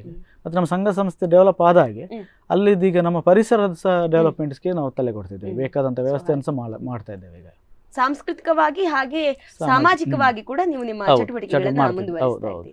ಹಾಗಾಗಿ ನಂಗೆ ಊರಲ್ಲಿ ಒಂದು ಹೆಸರು ನಮ್ಮ ವಿನೋದನ್ನ ಅಂತ ಕರೀತಾರೆ, ಎಲ್ಲರಿಗೂ ಪರಿಚಿತ. ಅದೊಂದು ಖುಷಿ. ಅಂದ್ರೆ ನಾವು ಹುಟ್ಟಿದ ಊರಲ್ಲಿ ಒಂದಷ್ಟು ಜನರನ್ನು ನಮ್ಮ ಈಗ ಕಲಾವಿದರಾಗಿ ಬೇರೆ ಊರಲ್ಲಿ ಗುರುತಿಸುವುದು ಒಂದು ಬೇರೆ ವಿಷಯ, ಅದು ಒಂದು ಖುಷಿ. ಬಟ್ ನಮ್ಮ ಹುಟ್ಟೂರಿನಲ್ಲಿ ಗುರುತಿಸುವಂತದ್ದು ಅದೊಂಥರ ಬಹಳ ಹೆಮ್ಮೆ. ಹೌದು, ಯಾಕಂದ್ರೆ ಒಂದು ಏನದಾಗಿದ್ರಪ್ಪ ಒಂದು ಫೋನ್ ಬರ್ತದೆ, ರಾತ್ರಿ ಸಹ ಬರ್ತದೆ, ಬೆಳಿಗ್ಗೆ ಬೇಗ ಸಹ ಬರ್ತದೆ. ಮತ್ತೆ ಒಟ್ಟು ಆ ಟೈಮಲ್ಲಿ ಅವರಿಗೆ ನಾನು ಸ್ಪಂದನೆ ನೀಡ್ತೀನಿ, ಸ್ಪಂದಿಸ್ತೀರಿ ಅನ್ನೋ ಕಾರಣಕ್ಕೆ ಅವರು ಕರೆ ಮಾಡ್ತಾರೆ. ಮತ್ತೊಂದು ಆತ್ಮೀಯತೆ ಉಂಟು ಅವ್ರ ಹತ್ರ ಎಲ್ಲ. ನಾವು ಒಂದು ಹೋಗುವಾಗ ಸಹ ಒಂದು ಗೌರವ ಕೊಡ್ತಾರೆ, ಅದು ನಮಗೆ ಸಾಕು. ಅವ್ರ ಹತ್ರ ನಾವು ಈಗ ನಿಮ್ಗೆ ಹೆಲ್ಪ್ ಮಾಡ್ತೇವೆ, ನಿಮ್ಗೆ ಅದು ಕೊಡಿ, ಇದು ನಮಗೆ ಬೇಡ, ನಮ್ಗೆ ನೀವು ನಾವು ಮಾಡಿದ್ದಕ್ಕೆ ಪ್ರೀತಿ ಇಟ್ಟರೆ ಸಾಕು, ಅದು ನಮಗೆ ತೃಪ್ತಿ. ನಾವು ಮಾಡಿದ್ದಕ್ಕೆ ಅವ್ರದ್ದು ನೆನಪಿಟ್ಟು ಅದೊಂದು. ಸೊ ಈಗ ಕನ್ನಡ ಮತ್ತೆ ತುಳು ನಾಟಕಗಳನ್ನ ಎರಡು ಕೂಡ ನೀವು ಮಾಡ್ತಾ ಇದ್ದೀರಿ. ಅದರಲ್ಲಿ ಬಹಳಷ್ಟು ನಾಟಕಗಳು ತುಳುವಿನ ನಾಟಕಗಳು ಕನ್ನಡಕ್ಕೆ ಅನುವಾದಗೊಂಡು ಮಾಡುವಂಥದ್ದು. ಅಂದ್ರೆ ಕೆಲವು ಕಡೆ ತುಳು ಬೇಕು ಹೇಳ್ತಾರೆ, ಕೆಲವು ಕಡೆ ಕನ್ನಡ ಬೇಕು ಹೇಳ್ತಾರೆ. ನೀವು ಅಂದ್ರೆ ಇವತ್ತು ತುಳು ಮಾಡಿದವರು ನಾಳೆ ಕನ್ನಡ ಕೂಡ ಮಾಡ್ತೀರಿ. ತುಳುವಿಗೆ ಬರೆದ ಸ್ಕ್ರಿಪ್ಟ್ ಬಹುಶಃ ಕನ್ನಡಕ್ಕೆ ಇರುವುದಿಲ್ಲ ಅನ್ನೋದು ನನ್ನ ಭಾವನೆ. ಸೊ ಅದನ್ನು ನೀವು ಹೇಗೆ ಆಸ್ ಇಟ್ ಈಸ್ ಟ್ರಾನ್ಸ್ಲೇಟ್ ಮಾಡಿ ಮಾತಾಡುವಂಥದ್ದು, ಅಥವಾ ಈಗ ಕನ್ನಡದಲ್ಲಿ ಅದೇ ಈಗ ಖಾಲಿ ಕನ್ನಡ ಅಥವಾ ಬರಿಯ ತುಳು ನಾಟಕ ಆದ್ರೆ ತುಳುವಲ್ಲಿ ಮಾತನಾಡಿಕೊಂಡು ಅಥವಾ ಕನ್ನಡದಲ್ಲಿ ಮಾತನಾಡಿಕೊಂಡು ಹೋಗ್ಬೋದು. ಇದು ಕನ್ನಡ ತುಳು ನಾಟಕ ಎರಡೂ ಇರುವಾಗ ಎಲ್ಲಿಯಾದ್ರೂ ಒಮ್ಮೆ ಕನ್ನಡ ಮಾತನಾಡುವಾಗ ತುಳು ಮಾತನಾಡುವಾಗ ಕನ್ನಡ ಹಾಗೆ ಏನಾದ್ರೂ ಆದದಿದೆಯಾ, ಅಥವಾ ಆ ಸವಾಲು ಹೇಗಿರ್ತದೆ? ಅದು ಹೇಗೆ ಅಂದ್ರೆ ತುಳು ಮಾಡ್ತಾ ಕನ್ನಡ ಸ್ವಲ್ಪ ಕಷ್ಟನೇ ನಮ್ಗೆ. ಎಂತ ಸ್ವಲ್ಪ ಮಾತಾಡುವಾಗ ಸಹ ತುಳು ಬಂದು ಬಿಡ್ತದೆ. ಅಂದ್ರೆ ನೀವು ಮಾತಾಡಿದ್ರೆ ಆಡು ಭಾಷೆ ತುಳು ಆಗಿ ಈಗ ಅಲ್ಲಿ ಎಂತ ಆಗ್ತದೆ, ಸ್ಟೇಜಲ್ಲಿ ಎಂತ ಆಗ್ತದೆ ಅಂದ್ರೆ ನಮ್ಮೊಳಗೆ ಒಂದು ನೋಡೋರಿಗೆ ಇದು ಜಾಸ್ತಿ, ನಮ್ಮ ತಂಡದವರಿಗೆ ಒಂದು ಖುಷಿ. ಅಲ್ಲಿ ತುಳು ಬರುದು, ಅರ್ಧ ಕನ್ನಡ ಮಾತಾಡ್ತಿರುವಾಗ ತುಳು ಬಂದಾಗ್ತದೆ, ಇಲ್ಲಾದ್ರೆ ಫೀಲ್. ಮತ್ತೊಂದು ಎಂತ ಆಗಿದೆ ತುಳು ಶಬ್ದ ಬರೋದಿಲ್ಲ, ಆಗ ಫುಲ್ ಸ್ವಲ್ಪ ಬ್ಲ್ಯಾಂಕ್, ಮತ್ತೆ ಸ್ವಲ್ಪ ಶಬ್ದವೇ ಆಚೀಚೆ ಆಗ್ತದೆ ಮಾತಾಡುವಾಗ, ಅಡ್ಡ ಬೀಳ್ತದೆ. ಆ ಥರ ಎಲ್ಲ ನಮ್ಗೆ ಒಂದು ಖುಷಿ. ಅದು ನೋಡೋದಕ್ಕಿಂತ ಹಿಂದ್ಗಡೆ ಎಂಜಾಯ್, ಆ ಥರದೊಂದು ಖುಷಿ. ಯಾಕಂದ್ರೆ ಅದು ಕೆಲವೊಂದು ನಮಗೆ ಅದರಲ್ಲಿ ನಮಗೆ ಒಂದು ಎಂತ ಇದ್ರೆ ಕಾಮಿಡಿ ಲೈನಲ್ಲಿ ಕನ್ನಡ ತಪ್ಪಿದ್ರೆ ಸಹ ತುಳು ಬಂದ್ರೆ ಸಹ ಕಾಮಿಡಿ ಹೋಗ್ತದೆ. ಅದು ಸೀರಿಯಸ್ ಇರೋರಿಗೆ ಅವರಿಗೆ ಸ್ವಲ್ಪ ಕಷ್ಟ ಆಗ್ತದೆ, ಸೀರಿಯಸ್ ಇರ್ಬೇಕಾದ್ರೆ. ನಮ್ಗೆ ಒಂದು ಅದೇ ಗಮ್ಮತ್ತೊಟ್ಟು ಕನ್ನಡ ಬರೋವಾಗ ಒಂದು ಜಾಲಿಯಾಗಿ ಇರ್ತದೆ ನಮ್ಗೆ. ಯಾವ ಥರದ ಈಗ ತುಳು ಬರ್ತದೆ, ಎಂತ ಮಾಡಿದ್ರೆ ಸಹ ಟ್ರಯಲ್ ಮಾಡಿ ಹೋದ್ರೆ ಸಹ ಒಂದು ಶಬ್ದ ಆದ್ರೆ ಬರ್ತದೆ. ಅದು ಮತ್ತೆ ಏನಾದ್ರೂ ಒಂದು ಆಗಿ ಒಟ್ಟು ಮುಂದೆ ಹೋಗ್ತದೆ, ಸಲೀಸಾಗಿ ಹೋಗ್ತದೆ. ಮತ್ತೆ ಗಾಡಿಯಲ್ಲಿ ಬರುವಾಗ ಒಂದು ಗಮ್ಮತ್ ಸಿಗ್ತದೆ. ಸೊ ಈಗ ಬಹಳಷ್ಟು ವರ್ಷಗಳಿಂದ ನೀವು ನಾಟಕ ರಂಗದಲ್ಲಿ ಇದ್ದೀರಿ. ಕಲಾವಿದನಿಗೆ ಏನು ಹೇಳುದು, ಈ ನಾಟಕ ರಂಗ ಬಹಳಷ್ಟು ಪಾಠಗಳನ್ನ ಕಲಿಸ್ತದೆ. ಸೊ ನಿಮಗೆ ಯಾವತ್ತಾದ್ರೂ ಅಂದ್ರೆ ನಾನು ಎಲ್ಲಿಯಾದ್ರೂ ನಾಟಕ ರಂಗಕ್ಕೆ ಬರದಿದ್ರೆ ಇದನ್ನ ಮಿಸ್ ಮಾಡ್ಕೊಳ್ತಿದ್ದೆ ಅಂತದ್ದು ಯಾವ್ದಾದ್ರು ಅನ್ಸಿದ್ಯಾ? ತುಂಬ ಉಂಟು. ಯಾಕಂದ್ರೆ ಈಗ ನಾಟಕ ರಂಗಕ್ಕೆ ಬಂದ್ಮೇಲೆ ನಮ್ಮನ್ನು ಗುರುತಿಸಿದವರು ಜಾಸ್ತಿ ಇದ್ದಾರೆ. ಕೆಲವು ಕಡೆ ನಾವು ಹೋದ್ರೆ ಸಹ ನಗಾಡ್ತಾರೆ ಅವರು, ನಾವು ಸಹ ನಗಾಡ್ತೀವಿ, ನಮಗೆ ಪರಿಚಯ ಇರೋದಿಲ್ಲ, ಅವರಿಗೆ ಪರಿಚಯ. ಒಂದು ಸಹ ಹೋಟೆಲ್ಗೆ ಹೋದಾಗ ನಮ್ಗೆ ಆಗಿದೆ, ಒಬ್ರು ಎದುರಲ್ಲಿ ಕೂತ್ಕೊಂಡು ನಗಾಡ್ತಿದ್ರು, ನಾವು ಸಹ ನಗಾಡಿದೆ.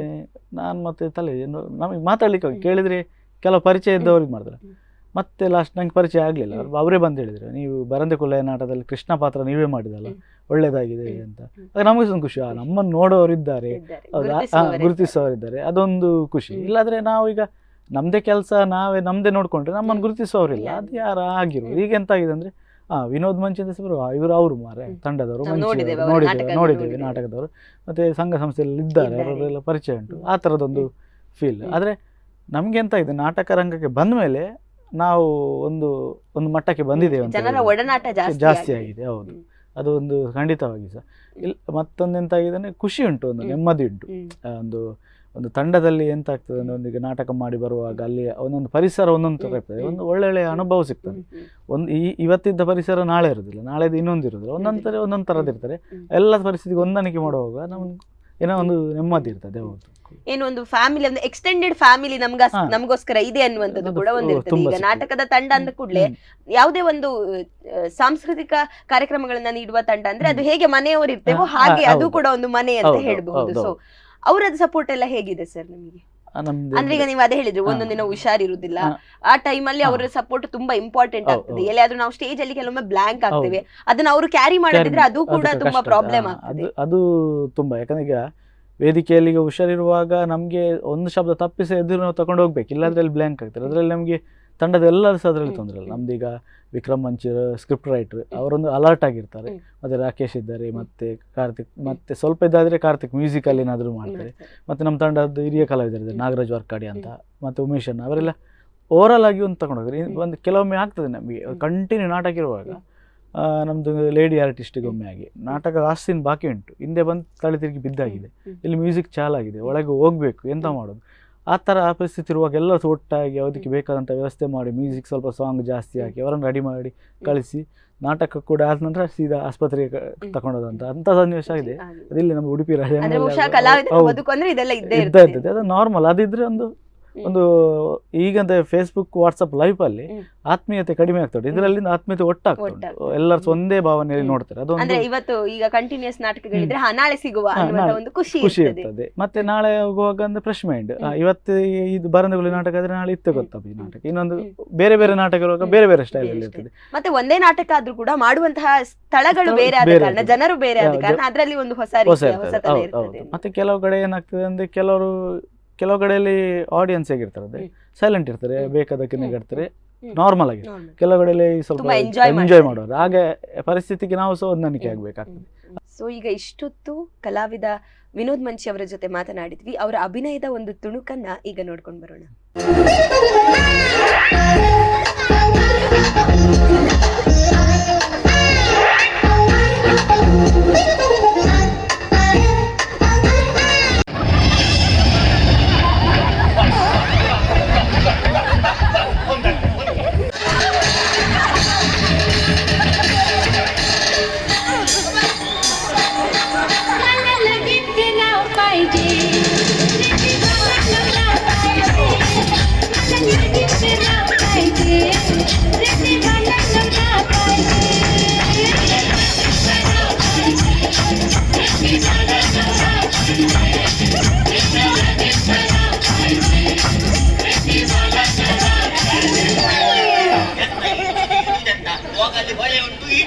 ಸೊ ಅಭಿನಯ ಶಾರದೆ ಅನ್ನುವಂತಹ ಬಿರುದು ಬಹುಶಃ ಇವರಿಗೆ ಯಾಕೆ ಬಂದಿದೆ ಅನ್ನೋದನ್ನ ಈ ತುಣುಕು ನೋಡಿದ ಕೂಡಲೇ ನಿಮ್ಗೆ ಗೊತ್ತಾಗಿರ್ಬೇಕು. ಸೊ ಇನ್ನಷ್ಟು ಅವರ ಜೊತೆ ಮಾತನಾಡೋಣ ಬನ್ನಿ. ಸೊ ಅದೇ ಸರ್, ಅಂದ್ರೆ ಕಲಾವಿದರಂದು ಕೂಡ್ಲೆ ಈಗ ಬಾಲ ಕಲಾವಿದರಿಗೆ ಹಿರಿಯ ಕಲಾವಿದರು ಯಾರೋ ನೆಚ್ಚಿನವರ ಇರ್ತಾರೆ, ಹಿರಿಯ ಕಲಾವಿದರಿಗೆ ಮತ್ತೊಬ್ಬರು ಯಾರೋ ನೆಚ್ಚಿನ ಕಲಾವಿದರು ಇರ್ತಾರೆ. ನಾವು ಇನ್ನೊಬ್ಬರಿಗೆ ನೆಚ್ಚಿನವರಾಗಿದ್ರು ಕೂಡ ನಮಗೆ ನೆಚ್ಚಿನವರು ಖಂಡಿತವಾಗಿ ಬೇರೆ ಇದ್ದೇ ಇರ್ತಾರೆ. ಸೊ ಹಾಗೆ ನಿಮಗೆ ನೆಚ್ಚಿನ ಕಲಾವಿದರು ಯಾರು, ಬಹು ಇಷ್ಟಪಟ್ಟು ನೀವು ಇವರ ಅಭಿನಯವನ್ನ ನೋಡ್ಬೇಕು, ನಾನು ಕೂಡ ಏನಾದ್ರೂ ಒಂದು ಕಲಿಬಹುದು ಅನ್ನುವಂತಹ ಆಸೆಯನ್ನ ಇಟ್ಟುಕೊಂಡು ನೋಡುವಂತಹ ಕಲಾವಿದ ಯಾರು ಸರ್? ಕಲಾವಿದರು ಯಾರು ಸರ್? ನಂಗಂದ್ರೆ ನಾಟಕ ರಂಗದಲ್ಲಿ ಒಂದು ಇಂಟ್ರೆಸ್ಟ್ ಇದ್ದದ್ದು ಅಂದರೆ ನಮ್ಮದು ಕಾಪಿಕಾಡ್ ತಂಡದಲ್ಲಿ ವಾಮಂಜೂರು, ಭೋಜರಾಜ್ ವಾಮಂಜೂರು ಅವರದೊಂದು ಅಭಿನಯನೇ ನೋಡ್ಲಿಕ್ಕೆ ಒಂದು ಖುಷಿ. ಅಂದರೆ ಅವರೊಬ್ಬರು ಅಂತಲ್ಲ, ಎಲ್ಲರೂ ಸಹ ಇಷ್ಟವೇ, ಆದರೆ ಅವರದೊಂದು ಅಭಿನಯ ಪಾತ್ರ ಆಗ ನಮ್ಗೆ ಅನಿಸುದು ಅವ್ರ ನಾಟಕ ನೋಡುವಾಗ, ನಾವು ಯಾಕೆ ನಮಗೆ ಸ್ವಂತ ಆಗೋದಿಲ್ಲ, ಅವರಾಗೆ ಆಗ್ಲಿಕ್ಕೆ ಆಗೋದಿಲ್ಲ, ಒಂದು ಟ್ರೈ ಮಾಡ್ಬೋದಲ್ಲ. ನಮ್ಮ ನಾಟಕಕ್ಕೆಲ್ಲ ಸ್ಫೂರ್ತಿ ಅವರೇ, ಅವರದ್ದು ನಾಟಕ ಎಲ್ಲಿ ಸಹ ಬಿಡ್ತಿರ್ಲಿಲ್ಲ. ನಮ್ದು ಇಷ್ಟದ ಕಲಾವಿದರು ಅವರೇ, ವಾಮಂಜೂರು ಮತ್ತೆ ಅರವಿಂದ್ ಬೋಲಾರ್, ಕಾಪಿಕಾಡ್ ಅವರೆಲ್ಲ ಮಾಸ್ಟರ್ ಎಲ್ಲ, ಅವರು ಹೇಳಿಕ್ಕಿಲ್ಲ, ಗುರುಗಳೇ ಅವರು.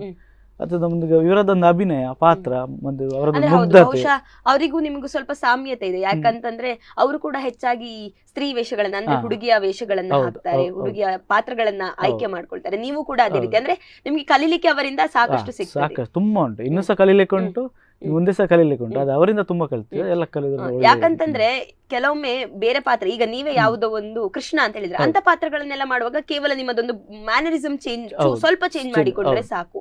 ಇದು ಒಂದು ನೀವು ಹುಡುಗಿಯ ವೇಷ ಪಾತ್ರ ಮಾಡುವಾಗ ಇಡೀ ನಿಮ್ಮ ಬಾಡಿ ಫುಲ್ ಚೇಂಜ್ ಆಗ್ಬೇಕಾಗ್ತದೆ. ಅಂದ್ರೆ ನೀವು ನಡೆಯುವ ಸ್ಟೈಲ್ ಆಗಿರಬಹುದು, ಕೈ ಇಡುವಂತದ್ದು, ಕೈ ತೋರಿಸುವಂತದ್ದು. ಸೊ ಅದೆಲ್ಲ ಹೇಗಿರ್ತದೆ ಸರ್ ತಯಾರಿ? ಅದು ತಯಾರಿ ನಮ್ದು ಪ್ರಾಕ್ಟೀಸ್ ಮಾಡುವಾಗ ಹೇಳಿದಾರೆ, ದಿನೇಶ್ ಅವ್ರು ಬರ್ತಾರೆ. ಅವರು ಯಾವ ಥರ ಅಂದರೆ ಅವ್ರಿಗೆ ಈ ಥರ ಬರ್ಬೇಕಂದ್ರೆ ಈ ಥರವೇ ಬರಬೇಕು, ಆ ಥರದಲ್ಲಿ ಇರ್ತಾರೆ. ನಿಲ್ಲುವಾಗ ಕಾಲು ಇಡುವಂಥ ಸ್ಟೈಲ್ ಸಹ ಎಲ್ಲ ಹೇಳಿಕೊಡ್ತಾರೆ, ಈ ಥರವೇ ಬರಬೇಕು. ವಾಯ್ಸ್ ಆಗಲಿ ಯಾವುದು ಸ್ವಲ್ಪ ಸಹ ಚೇಂಜ್ ಆಗುವ. ಆಗ ನಮಗೆ ಫಸ್ಟಿಗೆ ಮಾಡುವಾಗ ಇದು ಸ್ವಲ್ಪ ಯಾಕೋ ಬೇಡ ಕಷ್ಟ ಆಗ್ತದೆ ಆ ಥರ ಅಂದಿದ್ದು.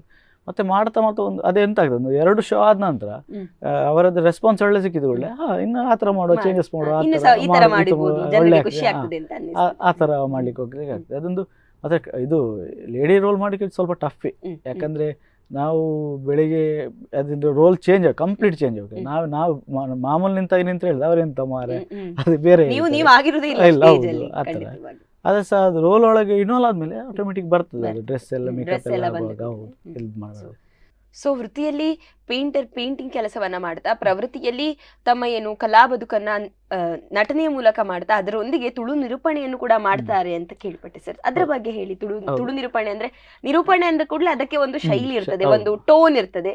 ಅದ್ರಲ್ಲೂ ಕೂಡ ತುಳು ನಿರೂಪಣೆ ಅಂದ್ರೆ ಬಹಳಷ್ಟು, ಯಾಕಂತಂದ್ರೆ ಭಾಷೆಯ ಹಿಡಿತ ಬಹಳಷ್ಟು ಬೇಕಾಗ್ತದೆ ಅನ್ನುವಂಥದ್ದು. ಅದಂದ್ರೆ ನಾವು ಅದೇ ಸಂಘ ಸಂಸ್ಥೆಯಲ್ಲಿ ಮಾಡ್ತಾ ಇದ್ವಿ ನಿರೂಪಣೆ ಕನ್ನಡದಲ್ಲಿ ಇದು ಮಾಡುವಾಗ ಮಾಡ್ತಿರುವಂಥ ಸಂದರ್ಭ ತುಳುವಲ್ಲಿ ಸಹ ಟ್ರೈ ಮಾಡಿದಾಗ ಒಂದು ಹೊಸ ಹೊಸ ಶಬ್ದವನ್ನು ಹುಡುಕಿ ಮಾಡ್ತಿದ್ವಿ. ಅದಕ್ಕೆ ನಮಗೆ ಯೂಟ್ಯೂಬಲ್ಲಿ ಮತ್ತು ಕೆಲವು ಕಡೆ ಸ್ಪೀಚಿಗೆ ಹೋಗುವಾಗ ನಾವು ನೋಡ್ತೀವಿ. ಅದರಲ್ಲಿ ನಮ್ಮದು ಪ್ರಶಾಂತ್ ಮಾಸ್ಟರ್ ಅಂತ ಇದ್ರು, ಆವಂಜಿ ಅವರು ನಿರೂಪಣೆಯಲ್ಲಿ ಒಳ್ಳೆ ಹೆಸರು ಮಾಡಿದರು.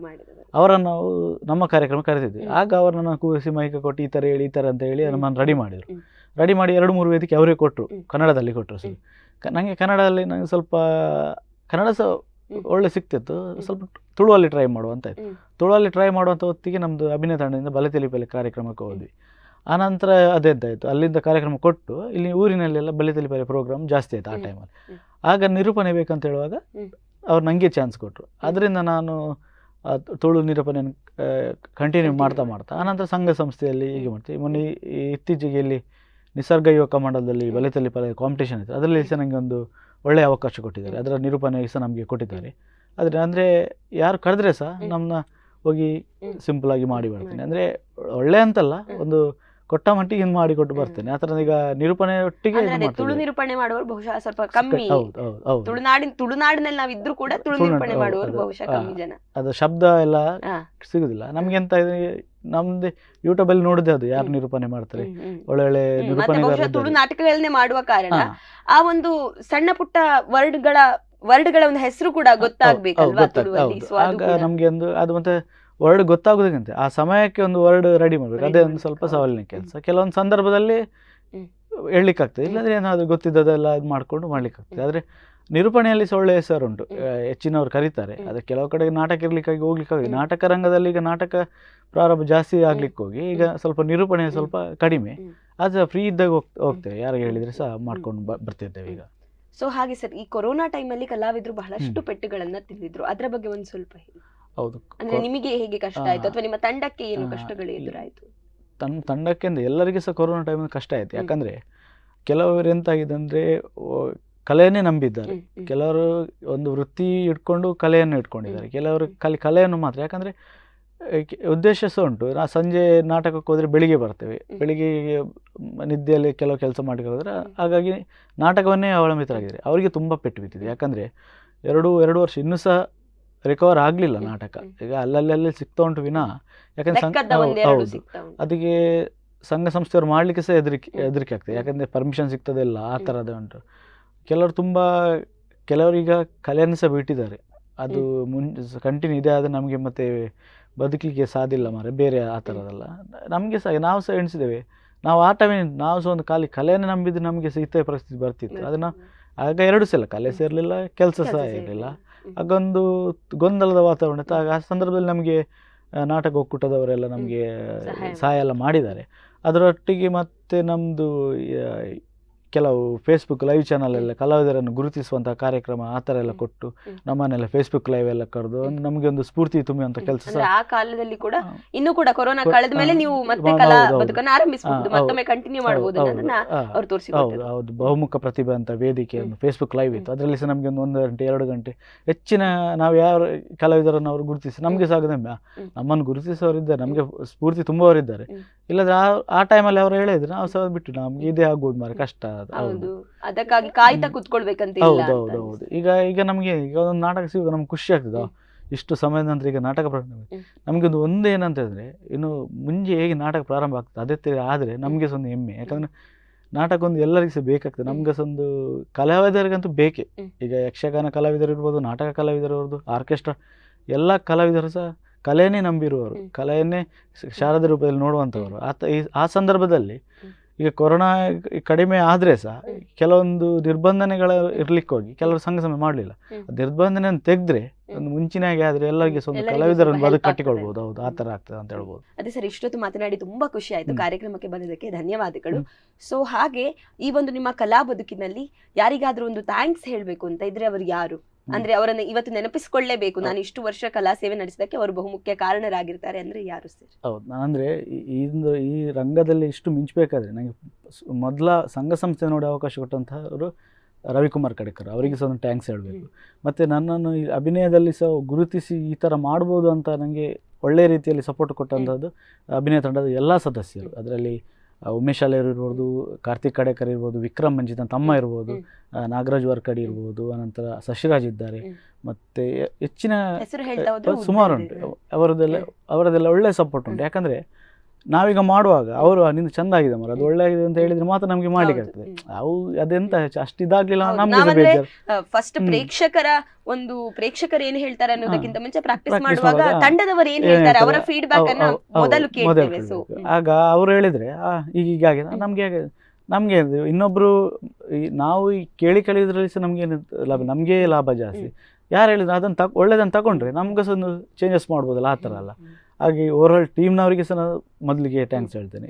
ಮತ್ತು ನಮಗೆ ಬ್ಯಾಕ್ ಸಪೋರ್ಟ್ ಇದ್ದಾರೆ, ನಿಟ್ಟು ಅಂತ ಅವರಂದರೆ ನಾವು ಎಷ್ಟು ಹೊತ್ತಿ ಕಳೆದ್ರೆ ಸಹ ನಮಗೆ ಫುಲ್ ಸಪೋರ್ಟ್ ಇದ್ದಾರೆ. ಮತ್ತು ನಮ್ಮದು ಮನೆಯವರಿಗೆ ಮೊದಲೇ, ಯಾಕೆಂದರೆ ನಾನು ನಾಟಕಕ್ಕೆ ಹೋಗ್ಬೇಕಾದ್ರೆ ನಾವೀಗ ಬೆಳಿಗ್ಗೆ ಪೇಂಟಿಗೆ ಹೋಗಿ ಸಂಜೆ ಬರುವಾಗ ಡ್ರೆಸ್ ಇಸ್ತ್ರಿ ಹಾಕಿ ಎಲ್ಲ ರೆಡಿ ಮಾಡಿ ನನ್ನ ಹೆಂಡ್ತಿ ಮತ್ತು ಮನೆಯವರು ಅವರಿಗೆ ಸಹ ಒಂದು ಥ್ಯಾಂಕ್ಸ್ ಹೇಳಿ. ಯಾಕಂದರೆ ರೆಡಿ ಮಾಡಿಟ್ಟು ನಾನು ಬ್ಯಾಗ್ ಹಿಡ್ಕೊಂಡು ಹೋಗ್ತೀನಿ ಸೀದಾ ಮಾಡ್ಕೋಬೇಕು. ಹೌದು, ಓವರಾಲ್ ಮನೆಯವರಿಗೆ ಸಹ ಮತ್ತು ನನಗೆ ಈ ಒಂದು ವೇದಿಕೆ ಕೊಟ್ಟವರು ನಮಗೆ ನಮ್ಮ ಗುರುಗಳು ದಿನೇಶ್ ಹತ್ತ ಅವರು ಸರ್, ಅವರಿಗೆ ಸಹ ಈ ತಂದು ಅವರಿಗೆ ಒಂದು ಋಣಿಯಾಗಿದ್ದೇನೆ ಅಷ್ಟೇ. ಇದು ನಾಟಕದಲ್ಲಿ ಆಯ್ತು. ಅಂದ್ರೆ ನಿಮ್ಮ ಪೇಂಟಿಂಗ್ ನಲ್ಲಿ ಅಥವಾ ಈ ಗಣೇಶ ಮೂರ್ತಿಗೆ ಪೇಂಟ್ ಕೊಡುವಂತ ಅದರಲ್ಲಿ ಯಾರನ್ನಾದ್ರೂ ಸ್ಮರಿಸಿಕೊಳ್ಳಿಕ್ಕೆ? ಅದರಲ್ಲಿ ಖಂಡಿತವಾಗಿ ನಮ್ದು ಕಲ್ಮಾಡಿ ಶೇಖರ್ ಮಾಸ್ಟರ್ ಅವರನ್ನು ಸ್ಮರಿಸಲೇಬೇಕು. ಯಾಕಂದ್ರೆ ಅವರು 35 ವರ್ಷದಿಂದ ಒಂದು ಗಣಪತಿ ವಿಗ್ರಹವನ್ನು ಮಾಡಿ ಅದರಲ್ಲಿ ಸಹ ಅವರು ಹೆಚ್ಚಿನ ಶಿಷ್ಯರನ್ನು ಹೊಂದಿದ್ದಾರೆ ಅವರು. ಆದರೆ ನಮ್ಮದು ಹೈಸ್ಕೂಲ್ ಜೀವನದಲ್ಲಿ ನಮಗೆ ಅವರು ಡ್ರಾಯಿಂಗ್ ಶಿಕ್ಷಕರು, ಅವರನ್ನು ಸಹ ನಾನು ಈ ಸಂದರ್ಭದಲ್ಲಿ ಇದು ಮಾಡ್ತೀನಿ. ಮತ್ತು ಅವರೊಟ್ಟಿಗೆ ನನಗೆ ಸಪೋರ್ಟ್ ಕೊಡೋರು ಉಮೇಶ್ ಆಚಾರ್ಯ ಇರ್ಬೋದು, ಜಯಕರ್ ಇರ್ಬೋದು, ಮತ್ತು ಇನ್ನೂ ಕೆಲವರಿದ್ದಾರೆ, ನಟೇಶ ಅಂತಿದ್ದಾರೆ ಅವರೆಲ್ಲ. ಯಾಕಂದರೆ ಒಂದು ದಿವಸ ಬಣ್ಣ ಕೊಡುವಾಗ ಅವರು ಕಲ್ತವರು, ನಾವು ಅದು ಬೇಡ ಇದು ಬೇಡ ನಮಗೆ ಮಾಡಲಿಕ್ಕಿಲ್ಲ, ಇದು ಮಾಡಿ ನೀವು ತಾಗ್ತದೆ ಅಂತ ಸಪೋರ್ಟ್ ಕೊಡೋರು ಅವರು ಅವರಿಗೆ. ಮತ್ತು ನನ್ನ ಪೇಂಟಿಂಗ್ ವೃತ್ತಿಯಲ್ಲಿ ನಾನು ಥ್ಯಾಂಕ್ಸ್ ಹೇಳೋದು ಯಾರಿಗೆ ಅಂದರೆ ನನ್ನೊಟ್ಟಿಗೆ ಇರುವಂಥ ಹುಡುಗರು, ನನ್ನ ಒಟ್ಟಿಗೆ ಕೆಲಸ ಮಾಡ್ತಿದ್ದಾರೆ ಆ ಹುಡುಗರು ಎಲ್ಲರಿಗೆ. ಯಾಕಂದರೆ ನಾನು ನಾಟಕಕ್ಕೆ ಹೋಗಿ ಸೈಟಿಗೆ ಹೋಗಿ ಬಂದರೆ ಸರ್ ನಾನು ಹೇಳಿದ ಕೆಲಸವನ್ನು ಒಂದು ಅಚ್ಚುಕಟ್ಟಾಗಿ ಮಾಡಿ ಅವರಿಗೆ ಒಂದು ಹಣ ಮನೆಯವರಿಗೆ ಸೈಟ್ ಕೊಟ್ಟು ಅವರಿಗೆ ಸಹ ಖುಷಿ ಮಾಡಿದ್ರೆ ಅವ್ರು ಹುಡುಗರು ಅವರಿಗೆ ಸಹ ನಾನು ಅವರಿಗೆ ಋಣಿಯಾಗಿದ್ದೇನೆ ಎಲ್ಲರಿಗೆ ಸಹ. ಹೌದು. ಓಕೆ ಸರ್, ಅಂದ್ರೆ ಕೇವಲ ಏನು ಕಲಾವಿದರನ್ನುವಂತವರು ಬಹುಶಃ ನಾನು ಸಾಧನೆ ಮಾಡಿದೆ ಅನ್ನೋದನ್ನ ನೆನಪಿಟ್ಟುಕೊಳ್ಳುವುದಕ್ಕಿಂತ ಸಾಧನೆಯಲ್ಲಿ ಯಾರ್ಯಾರು ಸಹಾಯ ಮಾಡಿದರೆ ಅದನ್ನ ನೆನಪಿಸಿಕೊಳ್ಬೇಕು ಅನ್ನುವಂಥದ್ದು ನೀವು ನಮ್ಗೆ ತೋರಿಸಿಕೊಟ್ಟು. ನಿಮ್ಮ ಜೊತೆಗೆ ಮಾತನಾಡಿ ತುಂಬಾ ಖುಷಿ ಆಯ್ತು. ಕಾರ್ಯಕ್ರಮಕ್ಕೆ ಬಂದದಕ್ಕೆ ಧನ್ಯವಾದಗಳು ಸರ್. ಸೊ ನೋಡಿದ್ರಲ್ಲ ವೀಕ್ಷಕರೇ, ಇಷ್ಟೊತ್ತು ಕಾಲ ಅಭಿನಯ ಶಾರದೆ ವಿನೋದ್ ಮಂಚಿ ಅವರ ಜೊತೆ ಮಾತನಾಡಿದ್ವಿ. ಅವರ ವೃತ್ತಿ ಪ್ರವೃತ್ತಿ ಬಗ್ಗೆ, ಒಟ್ಟಾರೆ ಅವರ ಕಲಾ ಬದುಕಿನ ಬಗ್ಗೆ ಬಹಳಷ್ಟು ಮಾತನ್ನ ಅವರು ಕೂಡ ಆಡಿದ್ರು. ನಾವು ಅದನ್ನ ಕೇಳಿ ತುಂಬಾ ಖುಷಿ ಪಟ್ಟಿದ್ದೇವೆ. ಸೊ ಇನ್ನೊಂದು ಕಲಾವಿದರ ಜೊತೆ ಮತ್ತೊಂದು ಕಲಾವಿದ ಸಂಚಿಕೆಯಲ್ಲಿ ಬರ್ತೇನೆ. ಅಲ್ಲಿವರೆಗೆ ನೋಡ್ತಾ ಇರಿ ಸ್ಪಂದನ.